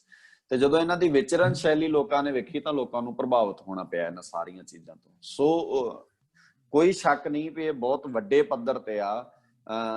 ਇਹ ਇਕੱਲਾ ਜਾਤ ਦਾ ਨਹੀਂ, ਵਿੱਚ ਤੁਸੀਂ ਇੱਕ ਸ਼ਬਦ ਵਰਤਿਆ ਸੀ ਵੀ ਜੇ ਰਿਚ ਬੱਚੇ ਵੀ ਜਿਹੜੇ ਨੋਰਮਲ ਬੱਚੇ ਆ ਉਹਨਾਂ ਦੇ ਲੱਗ, ਜਿਹੜੇ ਬੱਚੇ ਦਾ ਟਿਫਨ ਆ ਨਾ, ਟਿਫਨ ਤੋਂ ਹੀ ਅਸੀਂ ਏਦਾਂ, ਜਿਹਦਾ ਟਿਫਨ ਸੋਹਣਾ ਵਧੀਆ ਆ, ਜਿਹਦਾ ਟਿਫਨ ਨੋਰਮਲ ਆ, ਉਹਨੂੰ ਲਾਗੇ ਬਹਿਣ ਰੋਟੀ ਨਹੀਂ ਬਹਿ ਕੇ ਉਹਦੇ ਖਾਂਦੇ। ਇਹ ਪ੍ਰੋਬਲਮ ਹੈ ਬਹੁਤ ਵੱਡੀ ਸਮਾਜ ਦੀ। ਪਰ ਇਹ ਹੌਲੀ ਹੌਲੀ ਏਦਾਂ ਹੀ ਦੂਰ ਹੋ ਸਕਦੀ ਹੈ ਵੀ ਆਪਾਂ ਇਸ ਤਰ੍ਹਾਂ ਦਾ ਗੈਪ ਜਿਹੜਾ ਆ ਉਹ ਨਾ ਬਣਨ ਦਈਏ, ਆਪਾਂ ਦੂਰ ਕਰੀਏ। ਖਾਲਸਾ ਵਾਹਿਗੁਰੂ ਜੀ ਕੀ ਫਤਿਹ। ਵਾਹਿਗੁਰੂ ਜੀ ਕੀ ਫਤਿਹ। ਸਭ ਤੋਂ ਪਹਿਲਾਂ ਤਾਂ ਮੈਂ ਵੀਰ ਜੀ ਦਾ ਬਹੁਤ ਬਹੁਤ ਧੰਨਵਾਦ ਕਰਨਾ ਚਾਹਾਂਗੀ, ਜਿਨ੍ਹਾਂ ਨੇ ਸਾਨੂੰ ਇੰਨਾ ਵਧੀਆ ਦੱਸਿਆ ਕਿ ਸਾਨੂੰ ਜਾਤ ਤੇ ਨਹੀਂ, ਮਤਲਬ ਕਿ ਜਾਤ ਤੇ ਨਹੀਂ ਲੋਕਾਂ ਦੇ ਵਿਸ਼ਵਾਸ ਕਰਨਾ ਚਾਹੀਦਾ, ਬਲਕਿ ਜੋਤ ਤੇ ਵਿਸ਼ਵਾਸ ਕਰਨਾ ਚਾਹੀਦਾ ਹੈ। ਮੇਰਾ ਕੁਐਸਚਨ ਇਹ ਸੀ ਕਿ ਜਾਤ ਤਾਂ ਮਨੁੱਖ ਨਹੀਂ ਬਣਾਈਏ, ਫਿਰ ਬਣਾਈ ਕਾਹਤੋਂ ਹੈ ਜੇ ਸਾਨੂੰ ਇਹਦੇ ਤੇ ਵਿਸ਼ਵਾਸ ਹੀ ਨਹੀਂ ਕਰਨਾ ਚਾਹੀਦਾ? ਬੱਚੇ ਇਹ ਉਹਨਾਂ ਲੋਕਾਂ ਨੇ ਬਣਾਈ ਆ ਜਿਨ੍ਹਾਂ ਦਾ ਸਮਾਜ ਨੂੰ ਵੰਡ ਕੇ ਆਪ ਉਹਦੇ ਉੱਤੇ ਉਹ ਸਰਦਾਰੀ ਕਰਨਾ ਚਾਹੁੰਦੇ ਆ, ਉਹਨਾਂ ਨੇ ਬਣਾਈ ਹੈ। ਇਸੇ ਕਰਕੇ ਬਾਬੇ ਨਾਨਕ ਨੇ ਇਸ ਜਾਤ ਪਾਤ ਦਾ ਕੋਡ ਖਤਮ ਕਰਨ ਵਾਸਤੇ ਬਹੁਤ ਵੱਡੀ ਫਾਈਟ ਕੀਤੀ ਹੈ, ਬਹੁਤ ਵੱਡੀ ਲੜਾਈ ਲੜੀ ਹੈ। ਜਿੱਦਣ ਪੰਜਾਂ ਪਿਆਰਿਆਂ ਨੂੰ ਇੱਕ ਜਗ੍ਹਾ ਤੇ ਗੁਰੂ ਸਾਹਿਬ ਜੀ ਨੇ ਬਿਠਾਤਾ ਸੀ ਨਾ, ਇੱਕ ਬਾਟੇ, ਜਿਹੜੀ ਪਹਿਲੇ ਪੰਗਤ ਪਾਸ਼ੇ ਸੰਗਤ ਵਾਲੀ ਗੱਲ ਆਪਾਂ ਕਰਦੇ ਹਾਂ, ਗੁਰੂ ਸਾਹਿਬ ਜੀ ਨੂੰ ਬਹੁਤ ਵੱਡੀ ਲੜਾਈ ਲੜਨੀ ਪਈ ਇਹਨਾਂ ਚੀਜ਼ਾਂ ਬਦਲੇ ਵੀ ਤੁਸੀਂ ਇਸ ਬੰਦੇ ਨੂੰ ਇੱਥੇ ਕਿਉਂ ਬਿਠਾ ਰਹੇ ਹੋ, ਇਹ ਤਾਂ ਨੀਵੀਂ ਜਾਤ ਵਾਲਾ ਆ, ਇਹਨੂੰ ਪੈਰਾਂ 'ਚ ਬੈਠਣਾ ਚਾਹੀਦਾ ਆ। ਸੋ ਇਹ ਚੀਜ਼ਾਂ ਉਹਨਾਂ ਲੋਕਾਂ ਨੇ ਕ੍ਰੀਏਟ ਕੀਤੀਆਂ ਆ ਜਿਹੜੇ ਲੋਕ ਬਾਦਸ਼ਾਹ ਬਣਨ ਦੇ ਸ਼ੌਂਕੀ ਸਨ, ਚਸਕਾ ਸੀ ਜਿਨ੍ਹਾਂ ਨੂੰ, ਜਿਹੜੇ ਲੋਕਾਂ ਦੇ ਸਿਰਾਂ ਤੇ ਬਹਿਣਾ ਚਾਹੁੰਦੇ ਆ, ਜਿਹੜੇ ਲੋਕਾਂ ਨੂੰ ਵੰਡ ਕੇ ਉਹਨਾਂ ਦੇ ਮਾਲਕ ਬਣਨਾ ਚਾਹੁੰਦੇ ਆ। ਤਾਂ ਹੀ ਗੁਰੂ ਸਾਹਿਬ ਜੀ ਨੇ ਕਿਹਾ ਨਾ ਵੀ ਸਾਰਿਆਂ ਦਾ ਮਾਲਕ ਇੱਕ ਹੈ ਤੇ ਸਾਰੇ ਹੀ ਉਸ ਰੱਬ ਦੇ ਬੰਦੇ ਨੇ। ਅਸੀਂ ਇੱਥੇ ਕੋਈ ਵੱਡਾ ਛੋਟਾ, ਗਰੀਬੀ ਅਮੀਰੀ ਵਾਲਾ ਤਾਂ ਪਾੜਾ ਹੀ ਸੱਚੇ ਪਾਤਸ਼ਾਹ ਜੀ ਨੇ ਖਤਮ ਕੀਤਾ। ਤੋਂ ਜਿਨ੍ਹਾਂ ਨੇ ਬਣਾਈ ਹੈ ਉਹਨਾਂ ਨੇ ਰਾਜ ਕੀਤਾ ਹੈ ਇਹਨਾਂ ਚੀਜ਼ਾਂ ਨਾਲ। ਅੱਜ ਵੀ ਤੁਸੀਂ ਵੇਖੋ, ਅੱਜ ਭਾਰਤ ਦੀ ਮੈਂ ਥੋੜੀ ਜਿਹੀ ਰੂਪ ਰੇਖਾ ਤੁਹਾਨੂੰ ਬੱਚੇ ਦੱਸਦਾ। ਤੁਸੀਂ ਵੇਖੋ ਇੱਥੇ ਅੱਜ ਜੇ ਜਾਤ ਬਿਰਾਦਰੀ ਦਾ ਰੌਲਾ ਨਾ ਹੋਵੇ, ਕਿਹਾ ਨਹੀਂ ਜਾਂਦਾ ਇਹ ਲੀਡਰ ਸਾਡਾ ਹਿੰਦੂਆਂ ਦਾ, ਇਹ ਮੁਸਲਮਾਨਾਂ ਦਾ, ਇਹ ਸਿੱਖਾਂ ਦਾ। ਬੰਦਿਆਂ ਦੇ ਲੀਡਰ ਕਿੱਥੇ ਗਏ? ਇਨਸਾਨਾਂ ਦੇ ਲੀਡਰ ਕਿੱਥੇ ਗਏ? ਕਿਸੇ ਲੀਡਰ ਬਾਰੇ ਤੁਸੀਂ ਕਹਿ ਸਕਦੇ ਵੀ ਆਹ ਲੀਡਰ ਤੇ ਇਨਸਾਨਾਂ ਦਾ ਲੀਡਰ ਹੈ ਅਸਲ ਵਿੱਚ। ਸੋ ਉਹ ਲੀਡਰ ਬਣਦੇ ਹੀ ਬਿਰਾਦਰੀ ਦੇ ਆਸਰੇ ਤੇ ਨੇ। ਇਸ ਕਰਕੇ ਉਹਨਾਂ ਨੇ ਆਪਣੀ ਚੌਧਰ ਚਮਕਾਉਣੀ, ਉਹ ਚੌਧਰ ਚਮਕਾਉਣ ਵਾਸਤੇ ਇਹ ਸਾਰਾ ਕੁਝ ਲੋਕਾਂ ਨੇ ਪੈਦਾ ਕੀਤਾ ਆ। ਸਾਡੇ ਗੁਰੂ ਸਾਹਿਬ ਜੀ ਨੇ ਖਤਮ ਕੀਤਾ ਆ। ਤੇ ਅਮਰੀਕਾ ਦੇ ਰਿਸਰਚਰ ਅੱਜ ਮੰਨਦੇ ਨੇ ਵੀ ਜੇ ਦੁਨੀਆ ਦੇ ਅੰਦਰੋਂ ਤੁਸੀਂ ਨਫ਼ਰਤ ਮੁਕਾਉਣੀ ਹੈ ਤੇ ਉਹਦੇ ਲਈ ਜਾਤ ਪਾਤ, ਅਮੀਰੀ ਗਰੀਬੀ ਦਾ ਪਾੜਾ ਖਤਮ ਕਰ ਦਿਓ, ਨਫ਼ਰਤ ਖਤਮ ਹੋ ਜਾਊਗੀ। ਇਸੇ ਲਈ ਗੁਰੂ ਸਾਹਿਬ ਜੀ ਨੇ ਆਪਣੇ ਸਾਹਿਬਜ਼ਾਦੇ ਨੀਹਾਂ 'ਚ ਚਿਣਾਏ ਆ। ਠੀਕ ਹੈ ਬੱਚੇ, ਗੁਰੂ ਸਾਹਿਬਾਨ ਤਾਂ ਇਹਨੂੰ ਖਤਮ ਕਰਨਾ ਚਾਹੁੰਦੇ ਆ, ਸਮਾਜ ਦਾ ਬਹੁਤ ਹਿੱਸਾ ਇਹਨੂੰ ਪ੍ਰਚਾਰ ਦਾ ਪ੍ਰਸਾਰਦਾ ਹੈ। ਵਾਹਿਗੁਰੂ ਜੀ ਕਾ ਖਾਲਸਾ, ਵਾਹਿਗੁਰੂ ਜੀ ਕੀ ਫਤਿਹ ਜੀ। ਵਾਹਿਗੁਰੂ ਜੀ ਕੀ ਫਤਿਹ ਜੀ। ਮੈਂ ਦੱਸਣਾ ਚਾਹੁੰਦੀ ਸੀ ਕਿ ਜਦੋਂ ਅਸੀਂ ਸਟੂਡੈਂਟ ਹੁੰਦੇ ਸੀ, ਅਸੀਂ ਕੈਂਪ ਲਗਾਉਂਦੇ ਹੁੰਦੇ ਸੀ। ਇੱਕ ਵਾਰੀ ਕੈਂਪ ਦੇ ਵਿੱਚ ਇੱਕ ਗੱਲ ਕੀਤੀ ਗਈ ਸੀ, ਉਹ ਕੈਂਪ ਦੇ ਜਿਹੜੇ ਯੰਗਸਟਰਸ ਦਾ, ਜਿਹਦੇ ਵਿੱਚ ਉਹਨਾਂ ਨੇ ਸਪੈਸ਼ਲੀ ਇਹ ਗੱਲ ਕੀਤੀ, ਜਿੱਦਾਂ ਤੁਸੀਂ ਗੱਲ ਕੀਤੀ ਕਿ ਵਿਆਹ ਵੇਲੇ ਜ਼ਿਆਦਾਤਰ ਦੇਖਿਆ ਜਾਂਦਾ ਜ਼ਮੀਨ ਕਿੰਨੀ, ਜਾਤ ਕਿੰਨੀ, ਪਰ ਕਦੇ ਜਾਂਦੇ। ਉਦੋਂ ਸਪੈਸ਼ਲੀ ਇਹ ਗੱਲ ਸਮਝਾਈ ਜਾਂਦੀ ਸੀ, ਕਹਿੰਦੇ ਵੀ ਜਾਂ ਤਾਂ ਅੱਜ ਕੱਲ੍ਹ ਵਿਆਹ ਹੁੰਦੇ ਚਮੜੀ ਦੇਖ ਕੇ ਤੇ ਜਾਂ ਦਮੜੀ ਦੇਖ ਕੇ। ਦਮੜੀ ਦੇਖ ਕੇ ਕਹਿੰਦੇ ਚਮੜੀ ਹੋ ਜਾਂਦੀ ਹੈ, ਖਰਾਬ ਹੋ ਜਾਂਦੀ ਹੈ, ਤੇ ਦਮੜੀ ਕਿਸੇ ਵੀ ਵੇਲੇ ਵੀ ਖਤਮ ਹੋ ਸਕਦੀ, ਉਹਦਾ ਕੋਈ ਭਰੋਸਾ ਨਹੀਂ।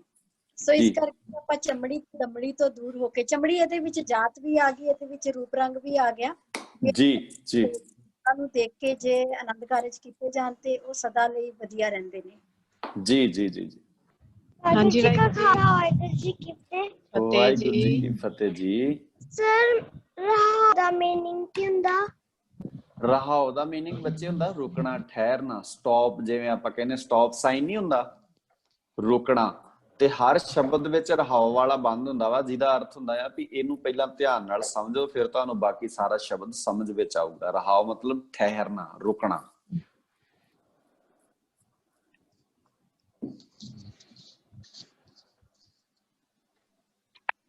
ਵਾਹਿਗੁਰੂ ਜੀ ਕਾ ਖਾਲਸਾ, ਵਾਹਿਗੁਰੂ ਜੀ ਕੀ ਫਤਿਹ। ਵਾਹਿਗੁਰੂ ਜੀ ਕੀ ਫਤਿਹ ਜੀ।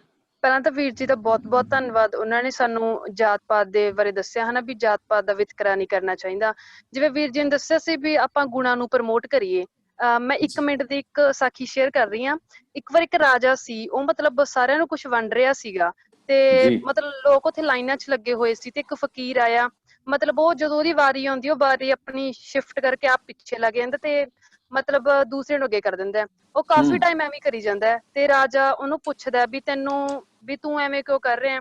ਉਹ ਰਾਜੇ ਨੂੰ ਕਹਿੰਦਾ ਵੀ ਮੇਰੇ ਕੋਲ ਦੇਣ ਲਈ ਸਿਰਫ ਆਪਣੀ ਬਾਰੀ ਸੀ, ਤੇ ਮੈਂ ਉਹ ਲੋਕਾਂ ਨੂੰ ਦੇ ਰਿਹਾ। ਤੇ ਬਾਅਦ ਚ ਵੀ ਜਦੋਂ ਉੱਥੇ ਸਾਰਾ ਸਿਸਟਮ ਖਤਮ ਹੋ ਜਾਂਦਾ, ਤੇ ਲੋਕ ਉੱਥੇ ਪ੍ਰਸ਼ੰਸਾ ਵੀ ਫਕੀਰ ਦੀ ਕਰ ਰਹੇ ਸੀ, ਰਾਜੇ ਦੀ ਨਹੀਂ ਸੀ ਕਰ ਰਹੇ। ਤਾਂ ਵੀ ਹੁਣ ਮੈਨੂੰ ਇੱਕ ਕੁਐਸਚਨ ਸੀਗਾ ਵੀ ਜਿਵੇਂ ਹੁਣ ਉੱਥੇ ਉਹਦੀ ਗੁਣ ਦੀ ਪ੍ਰਸ਼ੰਸਾ ਹੋ ਰਹੀ ਸੀ, ਵੀ ਪਰ ਆਪਣੇ ਅੱਜ ਕੱਲ ਕਾਸਟ ਦੇ ਰਿਲੇਟਡ ਵੀ ਆਪਾਂ ਕਿਤੇ ਜਾਂਦੇ ਹਾਂ ਟੈਸਟ 'ਚ ਨਾ, ਕਿਹਾ ਜਾਂਦਾ ਵੀ ਇਹ ਕਾਸਟ ਨੇ ਇੰਨੇ ਨੰਬਰ ਲੈਣੇ ਨੇ, ਇਹ ਕਾਸਟ ਨੇ ਇੰਨੇ ਨੰਬਰ। ਹੁਣ ਸਾਰਿਆਂ 'ਚ ਜੋਤ ਵੀ ਇੱਕ ਹੈ, ਸਾਰਿਆਂ 'ਚ ਦਿਮਾਗ ਵੀ ਇੱਕ ਹੈ। ਫਿਰ ਜੋ ਉੱਥੇ ਵੀ ਕਿਤੇ ਕਿਤੇ ਮੈਨੂੰ ਐਵੇਂ ਲੱਗਦਾ ਵੀ ਉੱਥੇ ਨੰਬਰਿੰਗ ਸਿਸਟਮ ਕਰਕੇ ਜਾਂ ਕਾਸਟ ਸਿਸਟਮ ਕਰਕੇ ਵੀ ਆਪਣੇ ਗੁਣ ਪਿੱਛੇ ਰਹਿ ਜਾਂਦੇ ਨੇ, ਵੀ ਫਿਰ ਉਹਦੇ ਬਾਰੇ ਆਪਾਂ ਕਿਵੇਂ ਉਹ ਕਰ ਸਕਦੇ ਹਾਂ? ਹਾਂ, ਉਹੀ ਹੈ ਨਾ ਬੱਚੇ, ਆਪਾਂ ਗੱਲ ਪਿੱਛੇ ਵੀ ਕਰਕੇ ਗਏ ਸੀ। ਪਿੱਛੇ ਇੱਕ ਬੱਚੀ ਨੇ ਵੀ ਏਦਾਂ ਸਵਾਲ ਕੀਤਾ ਸੀ ਵੀ ਵੇਖੋ ਆਪਣੇ ਕੋਲ ਅਜੇ ਸੀਮਤ ਸਾਧਨ ਨੇ, ਆਪਾਂ ਨੂੰ ਬਹੁਤ ਥੱਲਿਓਂ ਲੜਾਈ ਸ਼ੁਰੂ ਕਰਨ ਦੀ ਲੋੜ ਆ। ਇਹ ਆ ਹਾਈ ਲੈਵਲ ਦੀ ਲੜਾਈ ਵੀ ਜਿਹੜਾ ਰਾਜਨੀਤਿਕ ਢਾਂਚਾ ਆ ਸਾਡਾ, ਜਿਹੜੀ ਸਰਕਾਰੀ ਸਿਸਟਮ ਹੈ, ਸਰਕਾਰੀ ਤੰਤਰ, ਉਹ ਇੱਥੋਂ ਤੱਕ ਪਹੁੰਚ ਗਿਆ ਆ ਕਿ ਉਹਨਾਂ ਨੂੰ ਪਤਾ ਵਾ ਵੀ ਏਦਾਂ ਲੋਕਾਂ ਨੂੰ ਪਾੜ ਕੇ ਰੱਖਿਆ ਜਾ ਸਕਦਾ। ਆਪਾਂ ਹੇਠਲੇ ਗਰਾਊਂਡ ਲੈਵਲ ਤੋਂ ਇਹਨਾਂ ਚੀਜ਼ਾਂ ਨੂੰ ਖਤਮ ਕਰਨਾ ਸ਼ੁਰੂ ਕਰੀਏ, ਤੇ ਜਦੋਂ ਲੀਡਰ ਚੁਣਨੇ ਹੋਣ ਉਦੋਂ ਵੀ ਜਿਹੜਾ ਲੀਡਰ ਵੀ ਜਾਤ ਪਾਤ ਬਿਰਾਦਰੀ ਮਜ਼ਹਬ ਦੀ ਗੱਲ ਕਰਦਾ ਆ, ਉਹਨੂੰ ਅਵਾਇਡ ਕਰਕੇ ਆਪਾਂ ਉਹਨਾਂ ਲੀਡਰਾਂ ਦੀ ਚੋਣ ਕਰਨ ਦੀ ਕੋਸ਼ਿਸ਼ ਕਰੀਏ ਜਿਹੜੇ ਲੀਡਰ ਇਹਨਾਂ ਸਾਰੀਆਂ ਚੀਜ਼ਾਂ ਨੂੰ ਖਤਮ ਕਰਨਾ ਚਾਹੁੰਦੇ ਆ। ਹੌਲੀ ਹੌਲੀ ਸਮਾਂ ਲੱਗੂਗਾ, ਇਸ ਤਰ੍ਹਾਂ ਦੀਆਂ ਚੀਜ਼ਾਂ ਵੀ ਆ ਜਾਣਗੀਆਂ ਸਮਾਜ ਵਿੱਚ। ਪਰ ਆਪਾਂ ਹੇਠਲੇ ਲੈਵਲ ਤੇ, ਪਿੰਡ ਲੈਵਲ ਤੇ, ਘਰ ਦੇ ਲੈਵਲ ਤੇ, ਆਂਢ ਗੁਆਂਢ ਦੇ ਲੈਵਲ ਤੇ ਵੀ ਇੱਥੇ ਨਾ ਇਸ ਤਰ੍ਹਾਂ ਦਾ ਜ਼ਹਿਰ ਬੀਜਣ ਦਈਏ। ਉਹ ਜਿਹੜਾ ਉਤਲੇ ਲੈਵਲ ਤੇ ਹੈ, ਉਹ ਫਿਰ ਜਦੋਂ ਸਾਡੇ ਕੋਲ ਪਾਵਰ ਹੋਏਗੀ ਜਾਂ ਅਸੀਂ ਉਸ ਤਰ੍ਹਾਂ ਦੀ ਲੜਾਈ ਲੜਾਂਗੇ ਤੇ ਉੱਥੇ ਵੀ ਠੀਕ ਕੀਤਾ ਜਾ ਸਕਦਾ ਹੈ। ਵਾਹਿਗੁਰੂ ਜੀ ਕਾ ਖਾਲਸਾ, ਵਾਹਿਗੁਰੂ ਜੀ ਕੀ ਫਤਿਹ ਜੀ। ਵਾਹਿਗੁਰੂ ਜੀ ਕੀ ਫਤਿਹ ਜੀ। ਖਾਲਸਾ ਸੀਗਾ ਜੀ ਜੀ, ਗੁਰੂ ਨਾਨਕ ਸਾਹਿਬ ਜੀ ਨੇ ਪੰਜਾ ਸਾਹਿਬ ਵਿਖੇ ਪੱਥਰ ਨੂੰ ਆਪਣੇ ਪੰਜੇ ਨਾਲ ਰੋਕ ਦਿੱਤਾ ਸੀ। ਕੀ ਐਸਾ ਸੱਚੀ ਪੋਸੀਬਲ ਹੈ? ਕਿਉਂਕਿ ਕਈ ਇਤਿਹਾਸਕਾਰ ਕਈ ਗਲਤ ਚੀਜ਼ਾਂ ਵੀ ਲਿਖ ਦਿੰਦੇ ਹਨ ਆਪਣੇ ਵੱਲੋਂ। ਪਤਾ ਕੀ ਆ, ਜੇ ਮੈਂ ਉਹਨੂੰ ਸ਼ੁਰੂ ਕਰੂੰਗਾ ਨਾ, ਆਪਣਾ ਜਿਹੜਾ ਟੌਪਿਕ ਹੈ ਉਹਦੇ ਤੋਂ ਆਪਾਂ ਉੱਭ ਜਾਣਾ। ਆਪਾਂ ਜੇ ਅੱਜ ਟੌਪਿਕ ਨਾਲ ਸੰਬੰਧਿਤ ਗੱਲ ਕਰੀਏ ਤੇ ਜ਼ਿਆਦਾ ਬੈਟਰ ਰਹੂਗਾ, ਕਿਉਂਕਿ ਇਤਿਹਾਸ ਵਿੱਚ ਆਪਾਂ ਚਲੇ ਗਏ ਜੇ ਤੇ ਹੁਣ ਸਾਰੇ ਬੱਚੇ ਇਸ ਟੌਪਿਕ ਨਾਲ ਗੱਲ ਕਰ ਰਹੇ ਆ, ਆਪਾਂ ਉਧਰ ਚਲਾ ਜਾਾਂਗੇ ਤੇ ਬਾਕੀ ਬੱਚਿਆਂ ਦੇ ਸਵਾਲ ਵੀ ਰਹਿ ਜਾਣੇ, ਆਪਣਾ ਟੌਪਿਕ ਵੀ ਅਧੂਰਾ ਰਹਿ ਜਾਣਾ। ਉਹ ਇਸੇ ਟੌਪਿਕ ਤੇ ਹੀ ਆਪਾਂ ਜੇ ਕਿਤੇ ਗੱਲ ਕਰਾਂਗੇ ਹਿਸਟਰੀ ਦੇ, ਤਾਂ ਫਿਰ ਆਪਾਂ ਇਹਦੇ ਤੇ ਖੁੱਲ ਕੇ ਗੱਲ ਕਰਾਂਗੇ। ਬਾਕੀ ਭੈਣ ਜੀ ਹੁਣੀ ਦੱਸ ਦੇਣਗੇ, ਜਿਵੇਂ ਉਦਾਂ ਆਪਾਂ ਕਰ ਲਾਂਗੇ। ਹਾਂਜੀ, ਵਾਹਿਗੁਰੂ ਜੀ। ਵਾਹਿਗੁਰੂ ਜੀ ਕਾ ਖਾਲਸਾ, ਵਾਹਿਗੁਰੂ ਜੀ ਕੀ ਫਤਿਹ। ਵਾਹਿਗੁਰੂ ਜੀ ਕੀ ਫਤਿਹ।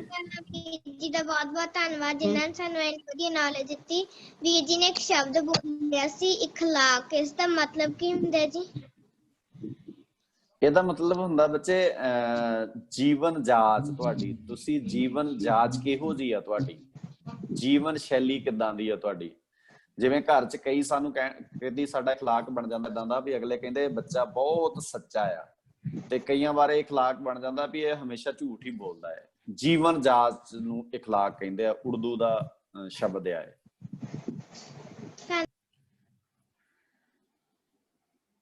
ਜੀ ਅਨਮਿਊਟ ਕਰੋ ਬੇਟਾ।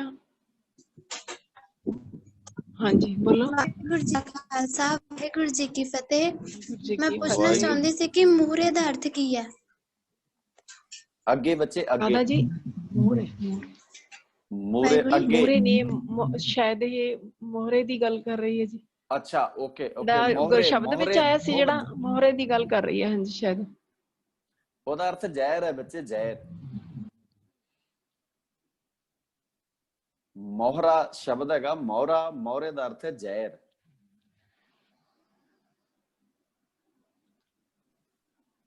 ਹਾਂਜੀ ਵਾਹਿਗੁਰੂ ਜੀ।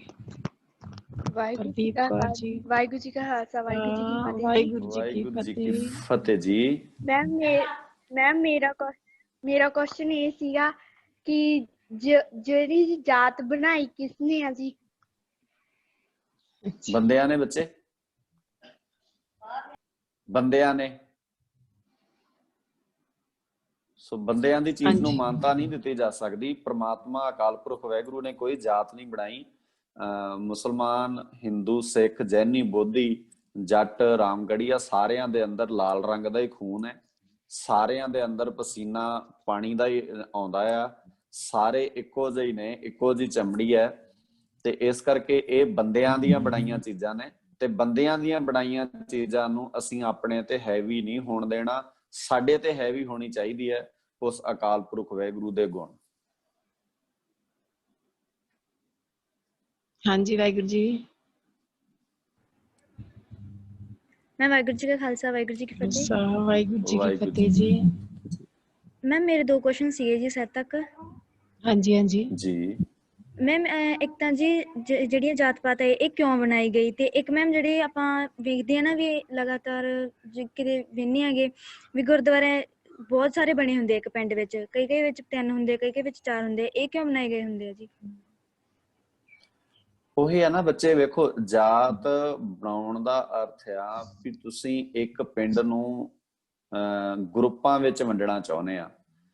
ਗਰੁੱਪਾਂ ਵਿੱਚ ਵੰਡ ਕੇ ਹਰ ਗਰੁੱਪ ਨੂੰ ਇਹ ਅਹਿਸਾਸ ਕਰਾਉਣਾ ਚਾਹੁੰਦੇ ਆ ਵੀ ਤੁਹਾਡੀ ਬੜੀ ਅਹਿਮੀਅਤ ਹੈ। ਇਸ ਲਈ ਜੇ ਉਹ ਪਿੰਡ ਵਿੱਚ ਗਰੁੱਪਬਾਜ਼ੀ ਨਹੀਂ ਹੋਊਗੀ ਫਿਰ ਉਹ ਸਾਰਾ ਪਿੰਡ ਸਾਂਝਾ ਹੋਊਗਾ ਤੇ ਸਾਂਝੇ ਬੰਦੇ ਵਾਸਤੇ ਸਾਂਝੀ ਪਿੰਡ ਨੂੰ ਤਰੱਕੀ ਦੇ ਰਾਹ ਤੇ ਤੋਰਨਾ ਪਊਗਾ।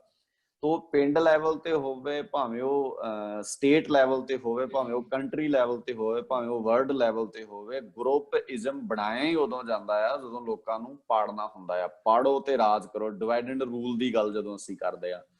ਤੇ ਦੂਜਾ ਜਿਹੜਾ ਗੁਰਦੁਆਰੇ ਆ ਉਹਦਾ ਹੀ ਇੱਕ ਬਦਲਵਾਂ ਰੂਪ ਨੇ। ਗੁਰਦੁਆਰਿਆਂ ਦੇ ਰਾਹੀਂ ਅਸੀਂ ਇੱਕ ਹੋਣਾ ਸੀ ਤੇ ਰਾਜਨੀਤੀ ਇੰਨੀ ਘਰ ਘਰ ਗਈ ਵੀ ਸਾਨੂੰ ਗੁਰਦੁਆਰਿਆਂ ਦੇ ਰਾਹੀਂ ਹੀ ਅਸਲ 'ਚ ਅਲੱਗ-ਅਲੱਗ ਕੀਤਾ ਜਾ ਰਿਹਾ ਆ, ਪਾੜਿਆ ਜਾ ਰਿਹਾ ਹੈ। ਤੋ ਉਹਦਾ ਹੀ ਬਦਲਵਾਂ ਰੂਪ ਨੇ ਉਹ ਸਾਰੀਆਂ ਚੀਜ਼ਾਂ। ਬਹੁਤ ਬਹੁਤ ਧੰਨਵਾਦ ਜੀ। ਮੈਮ ਵਾਹਿਗੁਰੂ ਜੀ ਕਾ ਖਾਲਸਾ, ਵਾਹਿਗੁਰੂ ਜੀ ਕੀ ਫਤਿਹ ਜੀ। ਮੈਮ ਮੇਰਾ ਕੁਐਸਚਨ ਸੀ ਕਿ ਜਾਤ ਦਾ ਗਰਭ ਮੋਹਰੇ ਦੇ ਸਮਾਨ ਕਿਵੇਂ ਹੈ? ਓਕੇ ਬੱਚੇ, ਉਹ ਏਦਾਂ ਆ ਵੀ ਜਿਹੜਾ ਜਾਤ ਆ ਉਹਦਾ ਹੰਕਾਰ ਸਾਨੂੰ ਸਮਾਜ ਵਿੱਚ ਤਰੱਕੀ ਕਰਨ ਤੋਂ ਰੋਕਦਾ ਆ। ਕਿਉਂਕਿ ਮੰਨ ਲਓ ਜੇ ਮੈਨੂੰ ਏਦਾਂ ਲੱਗਦਾ ਵੀ ਵੱਡੀ ਜਾਤ ਵਾਲਾ ਬੰਦਾ ਵੱਡਾ ਹੁੰਦਾ, ਫਿਰ ਮੈਂ ਪੜ੍ਹਾਈ ਲਿਖਾਈ ਨਹੀਂ ਕਰੂੰਗਾ, ਫਿਰ ਮੈਂ ਚੰਗੇ ਗੁਣ ਧਾਰਨ ਨਹੀਂ ਕਰੂੰਗਾ, ਕਿਉਂਕਿ ਮੈਨੂੰ ਤਾਂ ਇਹ ਲੱਗਦਾ ਨਾ ਵੀ ਵੱਡੀ ਜਾਤ ਵਾਲਾ ਹੀ ਬੰਦਾ ਮਹਾਨ ਹੁੰਦਾ ਆ। ਤੇ ਮੋਹਰਾ ਜਿਹੜਾ ਜ਼ਹਿਰ ਹੈ, ਉਹ ਬੰਦਾ ਜਦੋਂ ਜ਼ਹਿਰ ਖਾਂਦਾ ਆ ਤਾਂ ਫਿਰ ਉੱਥੇ ਹੀ ਰੁਕ ਜਾਂਦਾ ਹੈ। ਰੁਕ ਕੀ ਜਾਂਦਾ, ਉਹ ਡੈਡ ਹੋ ਜਾਂਦਾ ਆ, ਮਰ ਜਾਂਦਾ ਆ। ਤੇ ਏਦਾਂ ਹੀ ਜਿਹੜਾ ਜਾਤ ਦਾ ਹੰਕਾਰ ਹੈ ਉਹ ਵੀ ਬੰਦੇ ਨੂੰ ਡੈਡ ਕਰ ਦਿੰਦਾ ਆ, ਤਰੱਕੀ ਨਹੀਂ ਕਰਨ ਦਿੰਦਾ, ਵਿਕਾਸ ਵਾਲੇ ਬੰਨੇ ਨੂੰ ਉਹਨੂੰ ਤੁਰਨ ਨਹੀਂ ਦਿੰਦਾ। ਇਸ ਕਰਕੇ ਜਾਤ ਦਾ ਹੰਕਾਰ ਜ਼ਹਿਰ ਦੇ ਨਿਆਈ ਹੈ ਜਿਹੜਾ ਸਾਨੂੰ ਡੈਡ ਕਰਦਾ ਆ, ਜਿਹੜਾ ਸਾਡੇ ਅੰਦਰ ਗੁਣ ਪੈਦਾ ਨਹੀਂ ਹੋਣ ਦਿੰਦਾ, ਸਿਰਫ ਸਾਡੇ ਅੰਦਰ ਈਗੋ, ਹੰਕਾਰ ਪੈਦਾ ਕਰਦਾ ਹੈ। ਮੈਂ ਇੱਕ ਬੇਨਤੀ ਕਰਨਾ ਚਾਹਨੀ ਹਾਂ ਸਾਰੇ ਬੱਚਿਆਂ ਨੂੰ। ਜਿਸ ਤਰ੍ਹਾਂ ਕੁਝ ਬੱਚੇ ਪੁੱਛ ਰਹੇ ਸੀ ਕਿ ਅਗਰ ਕੋਈ ਜਾਤ ਦਾ ਗਰਭ ਕਰਦਾ ਹੋਵੇ ਜਾਂ ਫਿਰ ਉਹ ਇਹਨਾਂ ਵਿੱਚ ਫਸਿਆ ਹੋਵੇ ਤਾਂ ਉਹਨੂੰ ਦੂਰ ਕਿੱਦਾਂ ਕੀਤਾ ਜਾ ਸਕਦਾ। ਮੈਂ ਬੇਨਤੀ ਕਰਾਂਗੀ ਇਹ ਵਾਲਾ ਸੈਸ਼ਨ ਜਿਹੜਾ YouTube ਤੇ ਪਾਇਆ ਜਾਏਗਾ, ਤੁਸੀਂ ਉਹਨਾਂ ਨੂੰ ਇਹ ਸੈਸ਼ਨ ਸੁਣਾਓ। ਜਿਸ ਤਰ੍ਹਾਂ ਉਸ ਦਿਨ ਭੈਣ ਜੀ ਗੱਲ ਕਰ ਰਹੇ ਸੀ ਨਾ ਕਿ ਇਹ ਵਾਲਾ ਸੈਸ਼ਨ ਆਪਾਂ ਜਿਨ੍ਹਾਂ ਨੂੰ ਸੁਣਾ ਦਾਂਗੇ, ਹੋ ਸਕਦਾ ਹੈ ਸਾਰੇ ਨਹੀਂ ਤਾਂ ਅਗਰ 50% ਵੀ ਉਹਦੇ ਵਿੱਚੋਂ ਹਟ ਜਾਣ ਤੇ ਅਸੀਂ ਜ਼ਰੂਰ ਉਹਦੇ ਵਿੱਚ ਕਾਮਯਾਬ। ਜੀ ਜੀ ਬਿਲਕੁਲ ਬਿਲਕੁਲ ਠੀਕ ਹੈ ਜੀ। ਬਹੁਤ ਧੰਨਵਾਦ ਜੀ।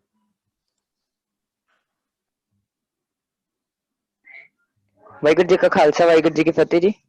ਵਾਹਿ ਖਾਲਸਾ ਵਾਹਿਗੁਰੂ ਜੀ ਕੀ ਫਤਿਹ ਜੀ। ਸਰ ਜੀ ਪਹਿਲਾਂ ਤਾਂ ਬਹੁਤ ਬਹੁਤ ਧੰਨਵਾਦ ਹੈ ਆਪ ਜੀ ਦਾ, ਜੋ ਇਹ ਲੈਕਚਰ ਬਹੁਤ ਵਧੀਆ ਲੱਗਾ। ਤੇ ਆਪ ਜੀ ਦੇ ਲੈਕਚਰ ਵਿੱਚ ਇੱਕ ਕੁਐਸਚਨ ਸੀ ਕਿ ਆਪ ਜੀ ਦੇ ਲੈਕਚਰ ਤੋਂ ਇੰਨੀ ਗੱਲ ਪਤਾ ਲੱਗ ਗਈ ਕਿ ਜੋ ਜਾਤ ਪਾਤ ਹੈ ਉਹ ਇਸ ਲਈ ਫੈਲਣ ਦੀ ਕਿਉਂਕਿ ਅਗਿਆਨਤਾ ਤੇ ਸਿੱਖਿਆ ਦੀ ਘਾਟ ਹੈ। ਤੇ ਹੋਰ ਕੀ ਕੀ ਕਾਰਨ ਇਹਦੇ ਵਿੱਚ ਬਣੇ ਹੋਏ ਨੇ ਕਿ ਪੁਰਾਣੇ ਸਮੇਂ ਤੋਂ ਜੋ ਸੰਸਾਰ ਵਿੱਚ ਜਿਹੜਾ ਇਹ ਫੈਲਿਆ ਤੇ ਹੁਣ ਤੱਕ ਚੱਲਦੇ ਆ ਰਿਹਾ, ਹੋਰ ਕੀ ਕੀ ਕਾਰਨ ਨੇ ਵੀ ਸਮਝਾਓ ਥੋੜਾ ਜਿਹਾ। ਬੱਚੇ ਪਿੱਛੇ ਨਾ ਆਪਾਂ 3-4 ਵਾਰ ਗੱਲ ਕਰਕੇ ਗਏ ਵੀ ਗਰੁੱਪਇਜ਼ਮ ਆ, ਜਿਹੜਾ ਗਰੁੱਪਇਜ਼ਮ, ਇਹਨੂੰ ਸੌਖਾ ਸਮਝ ਲਓ ਵੀ ਅੱਜ ਵੀ ਜਦੋਂ ਕਿਸੇ ਥਾਂ ਤੇ ਗਰੁੱਪਇਜ਼ਮ ਕ੍ਰੀਏਟ ਕੀਤਾ ਜਾਂਦਾ ਤਾਂ ਉਹਦੇ ਚ ਕੁਝ ਵੱਖਰਾ ਤੇ ਕਰਨਾ ਪਊਗਾ ਨਾ ਤੁਹਾਨੂੰ, ਵੀ ਇਹਦੇ ਚ ਇਹ ਵੱਖਰਾ ਹੈ ਇਸ ਗਰੁੱਪ ਦਾ ਬੰਦਾ, ਇਹਦੇ ਚ ਇਹ ਵੱਖਰਾ ਹੈ ਇਸ ਗਰੁੱਪ ਦਾ ਬੰਦਾ। ਜਦੋਂ ਤੁਸੀਂ ਗਰੁੱਪਇਜ਼ਮ ਕ੍ਰੀਏਟ ਕਰਨਾ ਆ ਤਾਂ ਉਹ ਜਾਤ ਦੇ ਬੇਸ ਤੇ ਬਹੁਤ ਸੌਖਾ ਤੇ ਹਰ ਬੰਦੇ ਨੂੰ ਉਹ ਚੰਗਾ ਲੱਗਦਾ ਹੈ, ਸਵਾਦਲਾ ਲੱਗਦਾ ਆ। ਤਾਂ ਉਹ ਗਰੁੱਪਇਜ਼ਮ ਨੂੰ ਕ੍ਰੀਏਟ ਕਰਨ ਵਾਸਤੇ ਜਾਤਇਜ਼ਮ ਦਾ ਜਿਹੜਾ ਜ਼ੋਰ ਆ ਜਾਂ ਜਾਤਇਜ਼ਮ ਦਾ ਪ੍ਰਭਾਵ ਜਿਹੜਾ ਉਹ ਪਾਇਆ ਗਿਆ ਤੇ ਧਰਮ ਦੇ ਰਾਹੀਂ ਪਾਇਆ ਗਿਆ। ਸਭ ਤੋਂ ਵੱਡੀ ਮੁਸ਼ਕਲ ਇਹ ਹੈ ਵੀ ਇਹਨੂੰ ਧਰਮ ਨੇ ਵੀ ਪ੍ਰਮੋਟ ਕੀਤਾ ਆ, ਧਰਮ ਵੀ ਇਹਦੇ ਆਲੇ ਦੁਆਲੇ ਘੁੰਮਦਾ। ਧਰਮ ਦਾ ਮਤਲਬ ਹੈ ਸੋ ਕਾਰਡ ਬਣਾਇਆ ਹੋਇਆ ਧਰਮ, ਜਿਹੜਾ ਹਕੀਕਤ ਵਿੱਚ ਗੁਰੂ ਨਾਨਕ ਦਾ ਧਰਮ ਹੈ ਉਹ ਇਹਦੇ ਲਾਗੇ ਨਹੀਂ ਜਾਂਦਾ। ਸੋ ਇਹਦਾ ਬੈਨੀਫਿਟ ਜਿਹੜਾ ਵਾ ਉਹ ਗਰੁੱਪਇਜ਼ਮ ਬਣਾ ਕੇ ਤੇ ਜਿਹੜੇ ਨਕਲੀ ਕਿਸਮ ਦੇ ਲੀਡਰ ਆ, ਨਕਲੀ ਕਿਸਮ ਦੇ ਧਾਰਮਿਕ ਲੋਕ ਆ, ਉਹ ਇਹਦਾ ਫਾਇਦਾ ਚੁੱਕਦੇ। ਬਹੁਤ ਬਹੁਤ ਧੰਨਵਾਦ ਜੀ। ਆਪਾਂ 1-2 ਹੈਂਡ ਰੇਜ਼ ਹੋਰ ਲਵਾਂਗੇ ਭੈਣ ਜੀ, ਟਾਈਮ ਕਾਫੀ ਹੋ ਗਿਆ ਜੀ। ਕੋਈ ਅਨਾਉਂਸਮੈਂਟ ਹੈ ਤਾਂ ਦੱਸ ਦਿਓ। ਵਾਹਿਗੁਰੂ ਜੀ ਕੀ ਫਤਿਹ। ਹਾਂਜੀ, ਵਾਹਿਗੁਰੂ ਜੀ ਕੀ ਫਤਿਹ ਜੀ। ਸਭ ਤੋਂ ਪਹਿਲਾਂ ਮੈਂ बहुत धन्यवाद करना चाहती हूँ, उन्होंने सानू बहुत ज्यादा सिक्ख्या दी। मैम मेरा क्वेश्चन है कि गुरबाणी असीं किवें समझ सकते हैं, गुरबाणी नूं उच्चारण करके समझ सकते हैं, उच्चारण गुरबाणी दा किवें हुंदा? ਹਾਂਜੀ ਬੱਚੇ, ਉਹਦੇ ਵਾਸਤੇ ਨਾ ਇਹੀ ਹੈ ਕਿ ਤੁਸੀਂ ਬਾਣੀ ਨੂੰ ਪੜ੍ਹਨਾ ਸ਼ੁਰੂ ਕਰੋ। ਸਭ ਤੋਂ ਪਹਿਲਾਂ ਪੜ੍ਹਨਾ, ਫਿਰ ਜਦੋਂ ਤੁਸੀਂ ਬਾਣੀ ਨੂੰ ਪੜ੍ਹਦੇ ਆ ਨਾ ਤਾਂ ਆਪਣੇ ਘਰ ਵਿੱਚ ਹੀ ਪਰਿਵਾਰਕ ਮੈਂਬਰਾਂ ਵਿੱਚ ਬੈਠ ਕੇ ਪੜ੍ਹੋ। ਫਿਰ ਉਹਨਾਂ ਨੂੰ ਪੁੱਛ ਲਓ ਜੇ ਕਿਤੇ ਤੁਹਾਨੂੰ ਨਹੀਂ ਪਤਾ ਲੱਗਦਾ ਵੀ ਆਹ ਮੈਂ ਪੜ੍ਹ ਰਹੀ ਹਾਂ, ਮੰਨ ਲਓ ਹੁਕਮ ਰਜ਼ਾਈ ਚੱਲਣਾ, ਵੀ ਇਹਦਾ ਕੀ ਮੀਨਿੰਗ, ਜੇ ਨਹੀਂ ਪਤਾ ਲੱਗਦਾ ਫਿਰ ਤੁਹਾਨੂੰ ਐਂ ਲੱਗਦਾ ਜਿਹੜਾ ਥੋੜਾ ਜਿਹਾ ਕੋਈ ਬਾਣੀ ਦੀ ਨੌਲੇਜ ਰੱਖਦਾ ਆਪਾਂ ਉਹਨਾਂ ਨੂੰ ਪੁੱਛੀਏ। ਏਦਾਂ ਹੌਲੀ ਹੌਲੀ ਉਚਾਰਨ ਦਾ ਵੀ ਤੇ ਬਾਣੀ ਦੀ ਸਮਝ ਵੀ ਆਪਾਂ ਨੂੰ ਆ ਸਕਦੀ ਹੈ ਵੀ ਬਾਣੀ 'ਚ ਲਿਖਿਆ ਕੀ ਹੈ ਤੇ ਗੁਰੂ ਸਾਹਿਬ ਜੀ ਸਾਨੂੰ ਸਮਝਾਉਣਾ ਕੀ ਚਾਹੁੰਦੇ ਆ।